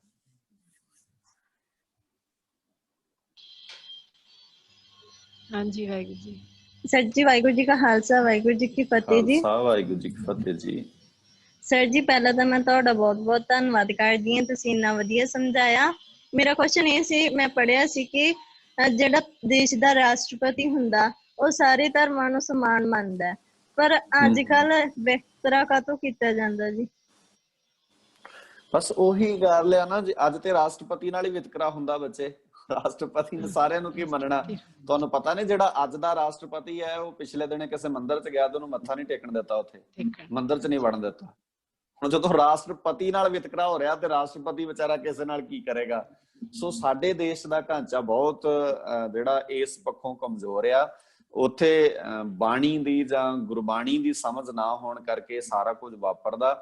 ਤੇ ਜਦੋਂ ਅਸੀਂ ਬਾਣੀ ਸਮਝਾਂਗੇ, ਗੁਰੂ ਨਾਨਕ ਸਾਹਿਬ ਜੀ ਦੀ ਫਿਲਾਸਫੀ ਨੂੰ ਸਮਝਾਂਗੇ, ਗੁਰੂ ਨਾਨਕ ਦੀ ਵਿਚਾਰਧਾਰਾ ਨੂੰ ਸਮਝਾਂਗੇ, ਫਿਰ ਇਹਨਾਂ ਸਾਰੀਆਂ ਬਿਮਾਰੀਆਂ ਦੀ ਸਮਝ ਵੀ ਲੱਗੂਗੀ ਤੇ ਇਹਨਾਂ ਬਿਮਾਰੀਆਂ ਦਾ ਹੱਲ ਵੀ ਸਾਡੇ ਕੋਲ ਆਊਗਾ। ਜਿਹੜਾ ਜੇ ਅਸੀਂ ਰਾਜਨੀਤਿਕ ਸਿਸਟਮ ਤੋਂ ਸੋਚਦੇ ਹਾਂ ਤਾਂ ਉਹ ਬਹੁਤ ਖਤਰਨਾਕ ਆ। ਸਾਡਾ ਬਹੁਤ ਢਾਂਚਾ ਵਿਗੜਿਆ ਹੋਇਆ ਆ ਵੀ ਉਹ ਜੇ ਇਸ ਬੰਨੇ ਆਪਾਂ ਗੱਲਾਂ ਬਾਤਾਂ ਕਰਨ ਲੱਗ ਪਏ ਤੇ ਬਹੁਤ ਲੰਮਾ ਸਮਾਂ ਚਾਹੀਦਾ। ਆ ਪਿਛਲੇ ਦਿਨੀ ਤੁਸੀਂ ਜਿਹੜਾ ਸਾਰਾ ਕੁਝ ਵੇਖ ਰਹੇ ਹੋ ਕੀ ਵਾਪਰ ਰਿਹਾ ਇੱਥੇ, ਇਹ ਸੱਚੀ ਮੁੱਚੀ ਜੰਗਲ ਰਾਜ ਆ ਇੱਥੇ। ਦੁੱਖ ਹੁੰਦਾ ਆ ਵੀ ਇਸ ਤਰ੍ਹਾਂ ਦੇ ਸਮਾਜ ਦਾ ਅਸੀਂ ਇੱਕ ਹਿੱਸਾ ਆ, ਉੱਥੇ ਰਹਿ ਰਹੇ ਹਾਂ, ਪਰ ਉਸ ਸਮਾਜ ਵਿੱਚ ਅਸੀਂ ਕਰ ਕੁਝ ਨਹੀਂ ਪਾ ਰਹੇ ਜੀ। अंकल जी वाहिगुरु जी का खालसा वाहिगुरु जी की फतेह जी। अंकल जी ਤੁਸੀਂ ਬਹੁਤ ਵਧੀਆ ਦੱਸਿਆ ਜਾਤ ਪਾਤ ਬਾਰੇ ਵੀ, ਆਪਣੇ ਦੇਸ਼ ਵਿੱਚ ਜਾਤ ਪਾਤ ਕਿਉਂ ਆ ਗਈ ਤੇ ਆਪਾਂ ਨੂੰ ਖਤਮ ਵੀ ਕਿਵੇਂ ਕਰ ਸਕਦੇ ਆ। ਮੈਂ ਵੀ ਕੁਝ ਦੱਸਣਾ ਚਾਹੁੰਦੀ ਸੀ। ਜਿਵੇਂ ਆਈ ਜਾਤ ਪਾਤ ਦਾ ਪਹਿਲਾ ਰੀਜ਼ਨ ਕੀ ਆ, ਜਿਹੜੇ ਸਿੱਖ ਨੇ ਜੀ ਉਹ ਸਿੱਖੀ ਨੂੰ ਭੁੱਲਦੇ ਜਾ ਰਹੇ ਨੇਗੇ ਤੇ ਬਾਣੀ ਨੂੰ ਕੋਈ ਨਹੀਂ ਪੜ੍ਹਦਾ ਹੈਗਾ। ਤੇ ਬਹੁਤ ਲੋਕ ਨੇ ਵੀ ਜਿਹੜੇ ਬਾਣੀ ਪੜ੍ਹਦੇ ਵੀ ਨੇ ਪਰ ਉਹਨੂੰ ਵਿਚਾਰਦੇ ਨਹੀਂ ਤੇ ਉਹਦੇ ਕੋਈ ਅਸਰ ਨਹੀਂ ਕਰਦੇ ਹੈਗੇ। ਤੇ ਇਸ ਲਈ ਸਾਨੂੰ ਚਾਹੀਦਾ ਵੀ ਅਸੀਂ ਬਾਣੀ ਜਿਹੜੀ ਉਹ ਧਿਆਨ ਨਾਲ ਪੜ੍ਹੀਏ। ਤੇ ਜਿਹੜੇ ਲੋਕ ਨੇ ਉਹ ਗੁਰੂ ਦੀ ਮੱਤ ਨੂੰ ਨਾ ਦਿਨੋ ਦਿਨ ਛੱਡਦੇ ਜਾ ਰਹੇ ਨੇਗੇ। ਗੁਰਬਾਣੀ ਦਾ ਗੁਰੂ ਸਾਹਿਬ ਜੀ ਕਹਿੰਦੇ ਨੇ, ਗੁਰਮਿਲ ਚੱਜ ਆਚਾਰ ਸਿੱਖ ਤੁਧ ਕਦੇ ਨਾ ਲੱਗਿਆ ਦੁੱਖ। ਵੀ ਜਿਹਨੇ ਗੁਰੂ ਸਾਹਿਬ ਤੋਂ ਸਿੱਖਣ ਦਾ ਚੱਜ ਲੈ ਲਿਆ ਉਹਨੂੰ ਕਦੇ ਕੋਈ ਦੁੱਖ ਨਹੀਂ ਲੱਗਦਾ। ਜਿਵੇਂ ਆਪਾਂ ਕਹਿ ਦਿੰਦੇ ਹਾਂ ਜੀ ਹੁਣ ਵੀ ਮਤਲਬ ਉਰੇ ਤਾਂ ਕੋਈ ਜਾਤ ਨੂੰ ਚਲੋ ਆਪਾਂ ਮੰਨੀ ਜਾਂਦੇ ਹਾਂ, ਜਦੋਂ ਆਪਣੀ ਮਤਲਬ ਬੰਦੇ ਦੀ ਮੌਤ ਹੋ ਜਾਂਦੀ ਉਹ ਪਰਮਾਤਮਾ ਕੋਲ ਜਾਂਦਾ। ਇੱਥੇ ਤਾਂ ਚਲੋ ਉਹਨੂੰ ਕੋਈ ਨਹੀਂ ਪੁੱਛਦਾ ਹੈਗਾ ਗਾ, ਉੱਥੇ ਅਬਲਾਂ ਦੇ ਨਵੇੜੇ ਹੁੰਦੇ ਨੇਗੇ। ਜਿਵੇਂ ਆਪਣੇ 5 ਪਿਆਰੇ ਸੀਗੇ ਜੀ, ਉਹ ਵੀ ਪੰਜਾਂ ਅਲੱਗ-ਅਲੱਗ ਜਾਤਾਂ ਦੇ ਸੀਗੇ ਵੀ, ਜਿਹਨੇ ਇਹ ਸਮਝ ਲਿਆ ਜਿਹੜੇ ਆਪਣੇ ਗੁਰੂ ਸਾਹਿਬ ਨੇ ਸਾਜਨਾ ਕੀਤੀ ਸੀ ਉਹਨਾਂ ਦੀ, ਜਦੋਂ ਉਹਨਾਂ ਨੇ ਨੀ ਜਾਤ ਪਾਤ ਦਾ ਭੇਦਭਾਵ ਕੀਤਾ ਵੀ ਫਿਰ ਆਪਾਂ ਕਿਉਂ ਕਰਦੇ ਆਂਗੇ। ਇਹ ਨਾ ਆਪਣੇ ਨਾ ਮਤਲਬ ਇਹੀ ਵੱਧ ਕਾਰਨ ਆ ਜੀ। ਇੱਕ ਤਾਂ ਆਪਣੇ ਸਿੱਖੀ ਦਾ ਪ੍ਰਚਾਰ ਬਹੁਤ ਘੱਟ ਹੁੰਦਾ ਗਾ, ਲੋਕਾਂ ਦੇ ਮਨਾਂ 'ਚ ਲਾਲਚ ਬਹੁਤ ਆ, ਹਰੇਕ ਆਪ ਦੀ ਸੋਚਦਾ ਗਾ, ਦੂਜਿਆਂ ਦੇ ਬਾਰੇ ਕੋਈ ਨਹੀਂ ਸੋਚਦਾ। ਤੇ ਇੱਕ ਜਿਹੜੇ ਅੰਗਰੇਜ਼ ਸੀ ਉਹਨਾਂ ਨੇ ਬਹੁਤ ਵਡਾਵਾ ਦਿੱਤਾ ਜਾਤ ਪਾਤ ਨੂੰ, ਉਹੀ ਲੈ ਕੇ ਆਏ ਸੀ। ਉਹਨਾਂ ਨੇ ਜਦੋਂ ਭਾਰਤ 'ਚ ਆਏ ਸੀ ਉਹਨਾਂ ਨੇ ਇੱਕ ਜਾਤੀ ਰੈਜੀਮੈਂਟ ਨਾਂ ਦੀ ਸੰਸਥਾ ਵੀ ਬਣਾਈ ਸੀਗੀ, ਜਿਹਦੇ ਵਿੱਚ ਮਤਲਬ ਜੱਟਾਂ ਨੂੰ ਐਂ ਲੱਗਦਾ ਸੀ ਅਸੀਂ ਬਹੁਤ ਤਕੜੇ ਆ, ਸਾਰਾ ਕੁਝ ਸਾਡੇ ਨਾਲ ਹੀ ਹੁੰਦਾ ਗਾ। ਤੇ ਉਹਨਾਂ ਨੇ ਅੰਗਰੇਜ਼ਾਂ ਨੇ ਨਾ ਪੰਜਾਬ ਦੇ ਲੋਕ ਸੀ ਉਹਨਾਂ ਨੂੰ ਅੰਦਰੋਂ ਅੰਦਰੀ ਤੋੜਤਾ ਸੀ, ਉਹਨਾਂ ਨੇ ਆਪਸ 'ਚ ਲੜਾਤੇ ਸੀਗੇ ਉਹ। ਤੇ ਜਿਹੜਾ ਇੱਕ ਜੱਸਾ ਸਿੰਘ ਆਹਲੂਵਾਲੀਆ ਸੀਗੇ ਉਹ ਮਤਲਬ ਬਹੁਤ ਵਧੀਆ ਤਕੜੇ ਸੀ, ਵਧੀਆ ਲੜਦੇ ਸੀ। ਤੇ ਅੰਗਰੇਜ਼ਾਂ ਨੇ ਉਹਨਾਂ ਨੂੰ ਕਹਿਤਾ ਸੀ ਵੀ ਤੂੰ ਤਾਂ ਚੱਲ ਮਿਸਤਰੀ ਆ, ਵੀ ਤੂੰ ਸਿੱਖਾਂ ਕਰਕੇ ਇਹਨਾਂ ਨੇ ਜੱਟਾਂ ਲਈ ਕਿਉਂ ਲੜਦਾ। ਉਹਦੇ ਮਨ 'ਚ ਵੀ ਹੀਣ ਭਾਵਨਾ ਪੈਦਾ ਕਰਤੀ ਤੇ ਅੰਗਰੇਜ਼ਾਂ ਨੇ ਕੋਈ ਕਮੀ ਨਹੀਂ ਛੱਡੀ ਸੀ ਆਪਾਂ ਨੂੰ ਤੋੜਨ 'ਚ, ਤੇ ਉਹ ਸਫਲ ਵੀ ਹੋ ਗਏ ਸੀ। ਉਹਨਾਂ ਨੇ ਜਾਤ ਪਾਤ ਬਣਾ ਵੀ ਦਿੱਤੀ। ਅੱਜ ਵੀ ਆਪਾਂ ਯਕੀਨ ਕਰਦੇ ਆਂਗੇ। ਪਰ ਅੰਕਲ ਜੀ ਹਜੇ ਵੀ ਆਪਣੇ ਕੋਲ ਸਮਾਂ ਹੈਗਾ ਜੇ ਆਪਾਂ ਜਾਤ ਪਾਤ ਨੂੰ ਸੁਧਾਰ ਸਕਦੇ ਆਂਗੇ। ਇਹਦੇ ਲਈ ਆਪਾਂ ਕਹਿੰਦੇ ਵੀ ਹੁਣ ਆਪਾਂ ਕੀ ਕਰੀਏ, ਵੀ ਕੋਈ ਹੋਰ ਕੁਛ ਕਰੂਗਾ ਆਪਾਂ ਤਾਂ ਕਰਾਂਗੇ। ਆਪਾਂ ਨੂੰ ਕਿਸੇ ਹੋਰ ਦੇ ਮੂੰਹ ਵੱਲ ਨਹੀਂ ਦੇਖਣਾ ਚਾਹੀਦਾ, ਕਿਉਂਕਿ ਜੇ ਹੁਣ ਐਂ ਸੋਚ ਲਓ, ਉਲਟ ਸੋਚ ਲਓ ਵੀ ਜੇ ਆਪਾਂ ਕੁਛ ਕਰਾਂਗੇ ਆਪਾਂ ਨੂੰ ਦੇਖ ਕੇ ਕੋਈ ਹੋਰ ਕੁਛ ਕਰੂਗਾ। ਇਸੇ ਤਰ੍ਹਾਂ ਜਿਵੇਂ ਬਾਹਲਾ ਜਾਤ ਪਾਤ ਦਾ ਫਰਕ ਤਾਂ ਨਹੀਂ, ਦਿਖਾਵਾ ਤਾਂ ਨਹੀਂ ਕੀਤਾ ਜਾਂਦਾ। ਜਿਵੇਂ ਹੁਣ ਕੋਈ ਮੈਰਿਜ ਹੁੰਦੀ ਹੈ ਜੀ, ਉਦੋਂ ਜਾਤ ਪਾਤ ਵੱਧ ਪੁੱਛੀ ਜਾਂਦੇ ਵੀ ਮੁੰਡਾ ਕਿਹੜੀ ਜਾਤ ਦਾ, ਕਿਹੜੀ ਜਾਤ ਤੋਂ ਬਿਲੋਂਗ ਕਰਦਾ ਗਾ। ਤੇ ਬਸ ਇੱਕ ਪਰਮਾਤਮਾ ਦੀ ਕਿਰਪਾ ਨਾਲ ਇੱਕ ਲੰਗਰ ਹੀ ਆਵੇ ਜਿਹਦੇ ਵਿੱਚ ਬਿਨਾਂ ਜਾਤ ਪਾਤ ਤੋਂ ਲੰਗਰ ਛਕਿਆ ਜਾਂਦਾ ਗਾ। ਤੇ ਮਤਲਬ ਸਿੱਖੀ ਆ ਜਿਹੜੀ ਅੰਕਲ ਜੀ, ਸਿੱਖੀ ਪੂਰਨ ਆ ਗਈ। ਸਿੱਖੀ ਦੇ ਵਿੱਚ ਕੋਈ ਕਮੀ ਨਹੀਂ, ਕਮੀ ਸਾਰੀ ਸਾਡੇ 'ਚ ਆ ਗਈ। ਆਪਣੇ ਹੱਥੀਂ ਆਪਣਾ ਆਪ ਹੀ ਕਾਰ ਸਵਾਰੀਏ ਵੀ ਜਿਹੜੀ ਹੁਣ ਜਾਤ ਪਾਤ ਆ ਇਹਨੂੰ ਹੋਰ ਕੋਈ ਦੂਰ ਨਹੀਂ ਕਰ ਸਕਦਾ, ਇਹਨੂੰ ਆਪਾਂ ਨੂੰ ਹੀ ਹੰਭਲੇ ਮਾਰਨੇ ਪੈਣਗੇ, ਫਿਰ ਜਾਤ ਪਾਤ ਕਿਤੇ ਦੂਰ ਹੋ ਸਕਦੀ ਹੈਗੀ। ਵਾਹਿਗੁਰੂ ਜੀ ਕਾ ਖਾਲਸਾ, ਵਾਹਿਗੁਰੂ ਜੀ ਕੀ ਫਤਿਹ ਜੀ। ਵਾਹਿਗੁਰੂ ਜੀ ਕੀ ਫਤਿਹ। ਬਹੁਤ ਬਹੁਤ ਧੰਨਵਾਦ ਜੀ ਬੇਟੀ ਦਾ, ਕਿ ਸੱਚਮੁੱਚ ਸਾਨੂੰ ਵੀ ਇਹੀ ਉਮੀਦਾਂ ਨੇ ਜੀ ਕਿ ਐਜੂਕੇਟ ਪੰਜਾਬ ਪ੍ਰੋਜੈਕਟ ਦੇ ਜੋ ਬੱਚੇ ਆ ਰਹੇ ਹੈ ਤੇ ਉਹ ਵੱਡੇ ਵੱਡੇ ਅਹੁਦਿਆਂ ਤੇ ਪਹੁੰਚ ਕੇ ਇਹੀ ਕੁਝ ਕਰਨਗੇ। ਜਿਵੇਂ ਵੀਰ ਜੀਆਂ ਨੇ ਸਿੰਘ ਤੇ ਕੌਰ ਦੀ ਵੀ ਗੱਲ ਕੀਤੀ ਹੈ, ਜਿੰਨੇ ਆਪਾਂ ਜੁੜੇ ਹੋਏ ਆ ਆਪਾਂ ਸਿੰਘ ਕੌਰ ਨੂੰ ਪਿਆਰ ਕਰੀਏ। ਆਪਾਂ ਆਪਣੇ ਜਿਹੜਾ ਪਿੱਛੇ ਕੌਰ ਸਿੰਘ ਲੱਗਿਆ ਉਸ ਨੂੰ ਪਿਆਰ ਕਰਨਾ, ਉਸ ਨੂੰ ਪ੍ਰਮੋਟ ਕਰੀਏ। ਤਾਂ ਜਿੰਨੇ ਕੁ ਆਪਾਂ ਜੁੜੇ ਆ ਜੀ, ਇੰਨੇ ਵੀ ਇੱਕ ਇੱਕ ਨੂੰ ਹੋਰ ਨਾਲ ਕਰੀਏ ਤਾਂ ਇਸੇ ਤਰ੍ਹਾਂ ਇਹ ਜਿਹੜਾ ਇਹ ਜਾਤ ਪਾਤ ਦਾ ਖਤਮ ਹੋਵੇਗਾ। ਗੁਰੂ ਸਾਹਿਬਾਨਾਂ ਨੇ 239 ਸਾਲ ਲਾਏ ਆ ਇਸੇ ਜਾਤ ਪਾਤ ਦੇ ਵਿੱਚੋਂ ਕੱਢਣ ਦੇ ਲਈ। ਸੋ ਅਸੀਂ ਫੇਰ ਇਸ ਜਾਤ ਪਾਤ ਦੇ ਵਿੱਚ ਵੜਦੇ ਜਾਂਦੇ ਆ ਤਾਂ ਫਿਰ ਵਾਹਿਗੁਰੂ ਜੀ ਕਿਰਪਾ ਕਰਨ, ਆਪਣੇ ਵਰਗਿਆਂ ਦੇ ਵਿੱਚ ਹਿੰਮਤ ਹੋਰ ਪਾਉਣ ਕਿ ਅਸੀਂ ਜਿਹੜੇ ਜਾਤ ਪਾਤ ਦੇ ਵਿੱਚ ਵੜੇ ਹੋਏ ਆ ਬਿਲਕੁਲ ਜੀ ਬਿਲਕੁਲ ਉਹਨਾਂ ਨੂੰ ਵੀ ਬਾਹਰ ਕੱਢੀਏ। ਸੋ ਸਮਾਂ ਕਾਫੀ ਹੋ ਗਿਆ, ਹੈਂਡ ਰੇਜ਼ ਤਾਂ ਹਜੇ ਹੋਰ ਵੀ ਹੈਗੇ ਨੇ ਵੀਰ ਜੀ। ਬਹੁਤ ਸਵਾਲ ਹੈ ਬੱਚਿਆਂ ਦੇ, ਬਹੁਤ ਵਧੀਆ ਕੈਂਪ, ਬਹੁਤ ਵਧੀਆ ਕੈਂਪ, ਬਹੁਤ ਨਾਈਸ। ਸਾਰਿਆਂ ਦੇ ਮੈਸੇਜ ਵੀ ਆ ਰਹੇ ਆ। ਸੋ ਫਿਰ ਕਿਤੇ ਸਮਾਂ ਮਿਲਿਆ ਤਾਂ ਫਿਰ ਜ਼ਰੂਰ ਦਰਸ਼ਨ ਦੇਣੇ ਜੀ। ਤੇ ਐਜੂਕੇਟ ਪੰਜਾਬ ਪ੍ਰੋਜੈਕਟ ਦੀ ਪੂਰੀ ਟੀਮ ਵੱਲੋਂ ਤੁਹਾਡਾ ਬਹੁਤ ਬਹੁਤ ਧੰਨਵਾਦ ਜੀ। ਬਹੁਤ ਵਧੀਆ ਸੋਹਣੇ ਤਰੀਕੇ ਦੇ ਨਾਲ ਬੱਚਿਆਂ ਨੇ ਬਹੁਤ ਸਵਾਲ ਪੁੱਛੇ ਹੈਗੇ ਤੇ ਇਸ ਤਰ੍ਹਾਂ ਸਵਾਲ ਤੇ ਹੋਰ ਸਾਡੇ ਵੀ ਮਨਾਂ ਵਿੱਚ ਆਉਂਦੇ ਸੀ। ਪਰ ਗੁਰੂ ਮਿਹਰ ਕਰੇ। ਹਾਂਜੀ ਹਾਂਜੀ ਧੰਨਵਾਦ ਜੀ, ਬਹੁਤ ਬਹੁਤ ਗੁਰੂ ਮਿਹਰ ਕਰੇ ਜੀ। 4 ਵਜੇ ਸਾਰੇ ਬੱਚਿਆਂ ਨੂੰ ਬੇਨਤੀ ਹੈ ਜੀ ਆਪਣੀ ਅਟੈਂਡੈਂਸ ਲਗਾਓ ਤੇ ਅਟੈਂਡੈਂਸ ਲਗਾਉਣ ਤੋਂ ਬਾਅਦ ਤੁਸੀਂ ਲੀਵ ਕਰ ਸਕਦੇ ਹੋ ਜੀ। ਤੇ ਅੱਗੇ ਸਕਰੀਨ ਹੈ ਜਿਹੜੀ ਸ਼ੇਅਰ ਕੀਤੀ ਜਾਵੇਗੀ ਜਾਪ ਦੀ ਸੇਵਾ, ਕੀਰਤਨ ਦੀ ਸੇਵਾ ਤੇ ਫੀਡਬੈਕ ਦੇ ਲਈ। ਉਹ ਸਾਰੇ ਬੱਚੇ ਨੋਟ ਕਰੋ ਜੀ ਆਪਣੀ ਜਾਪ ਦੀ ਸੇਵਾ। ਹਰ ਬੱਚੇ ਦੀ ਹਰ ਇੱਕ ਦੀ ਡਿਊਟੀ ਹੈ ਜਿਹੜੀ ਬੱਚੇ ਦੀ ਸੇਵਾ ਆਉਣੀ ਚਾਹੀਦੀ ਆ। ਸੋ ਜਿਹੜੇ ਬੱਚੇ ਰਹਿੰਦੇ ਆ ਆਪਣੀ ਸੇਵਾ ਲਓ ਜੀ, ਕੀਰਤਨ ਦੀ, ਜਾਪ ਦੀ ਇਹ ਸੇਵਾ ਲਓ ਜੀ। ਫੋਨ ਨੰਬਰ ਨੋਟ ਕਰੋ। ਸੋ ਭੁੱਲਾਂ ਚੁੱਕਾਂ ਦੀ ਖਿਮਾ ਜੀ। ਬੁਲਾਓ ਫਤਿਹ। ਵਾਹਿਗੁਰੂ ਜੀ ਕਾ ਖਾਲਸਾ, ਵਾਹਿਗੁਰੂ ਜੀ ਕੀ ਫਤਿਹ।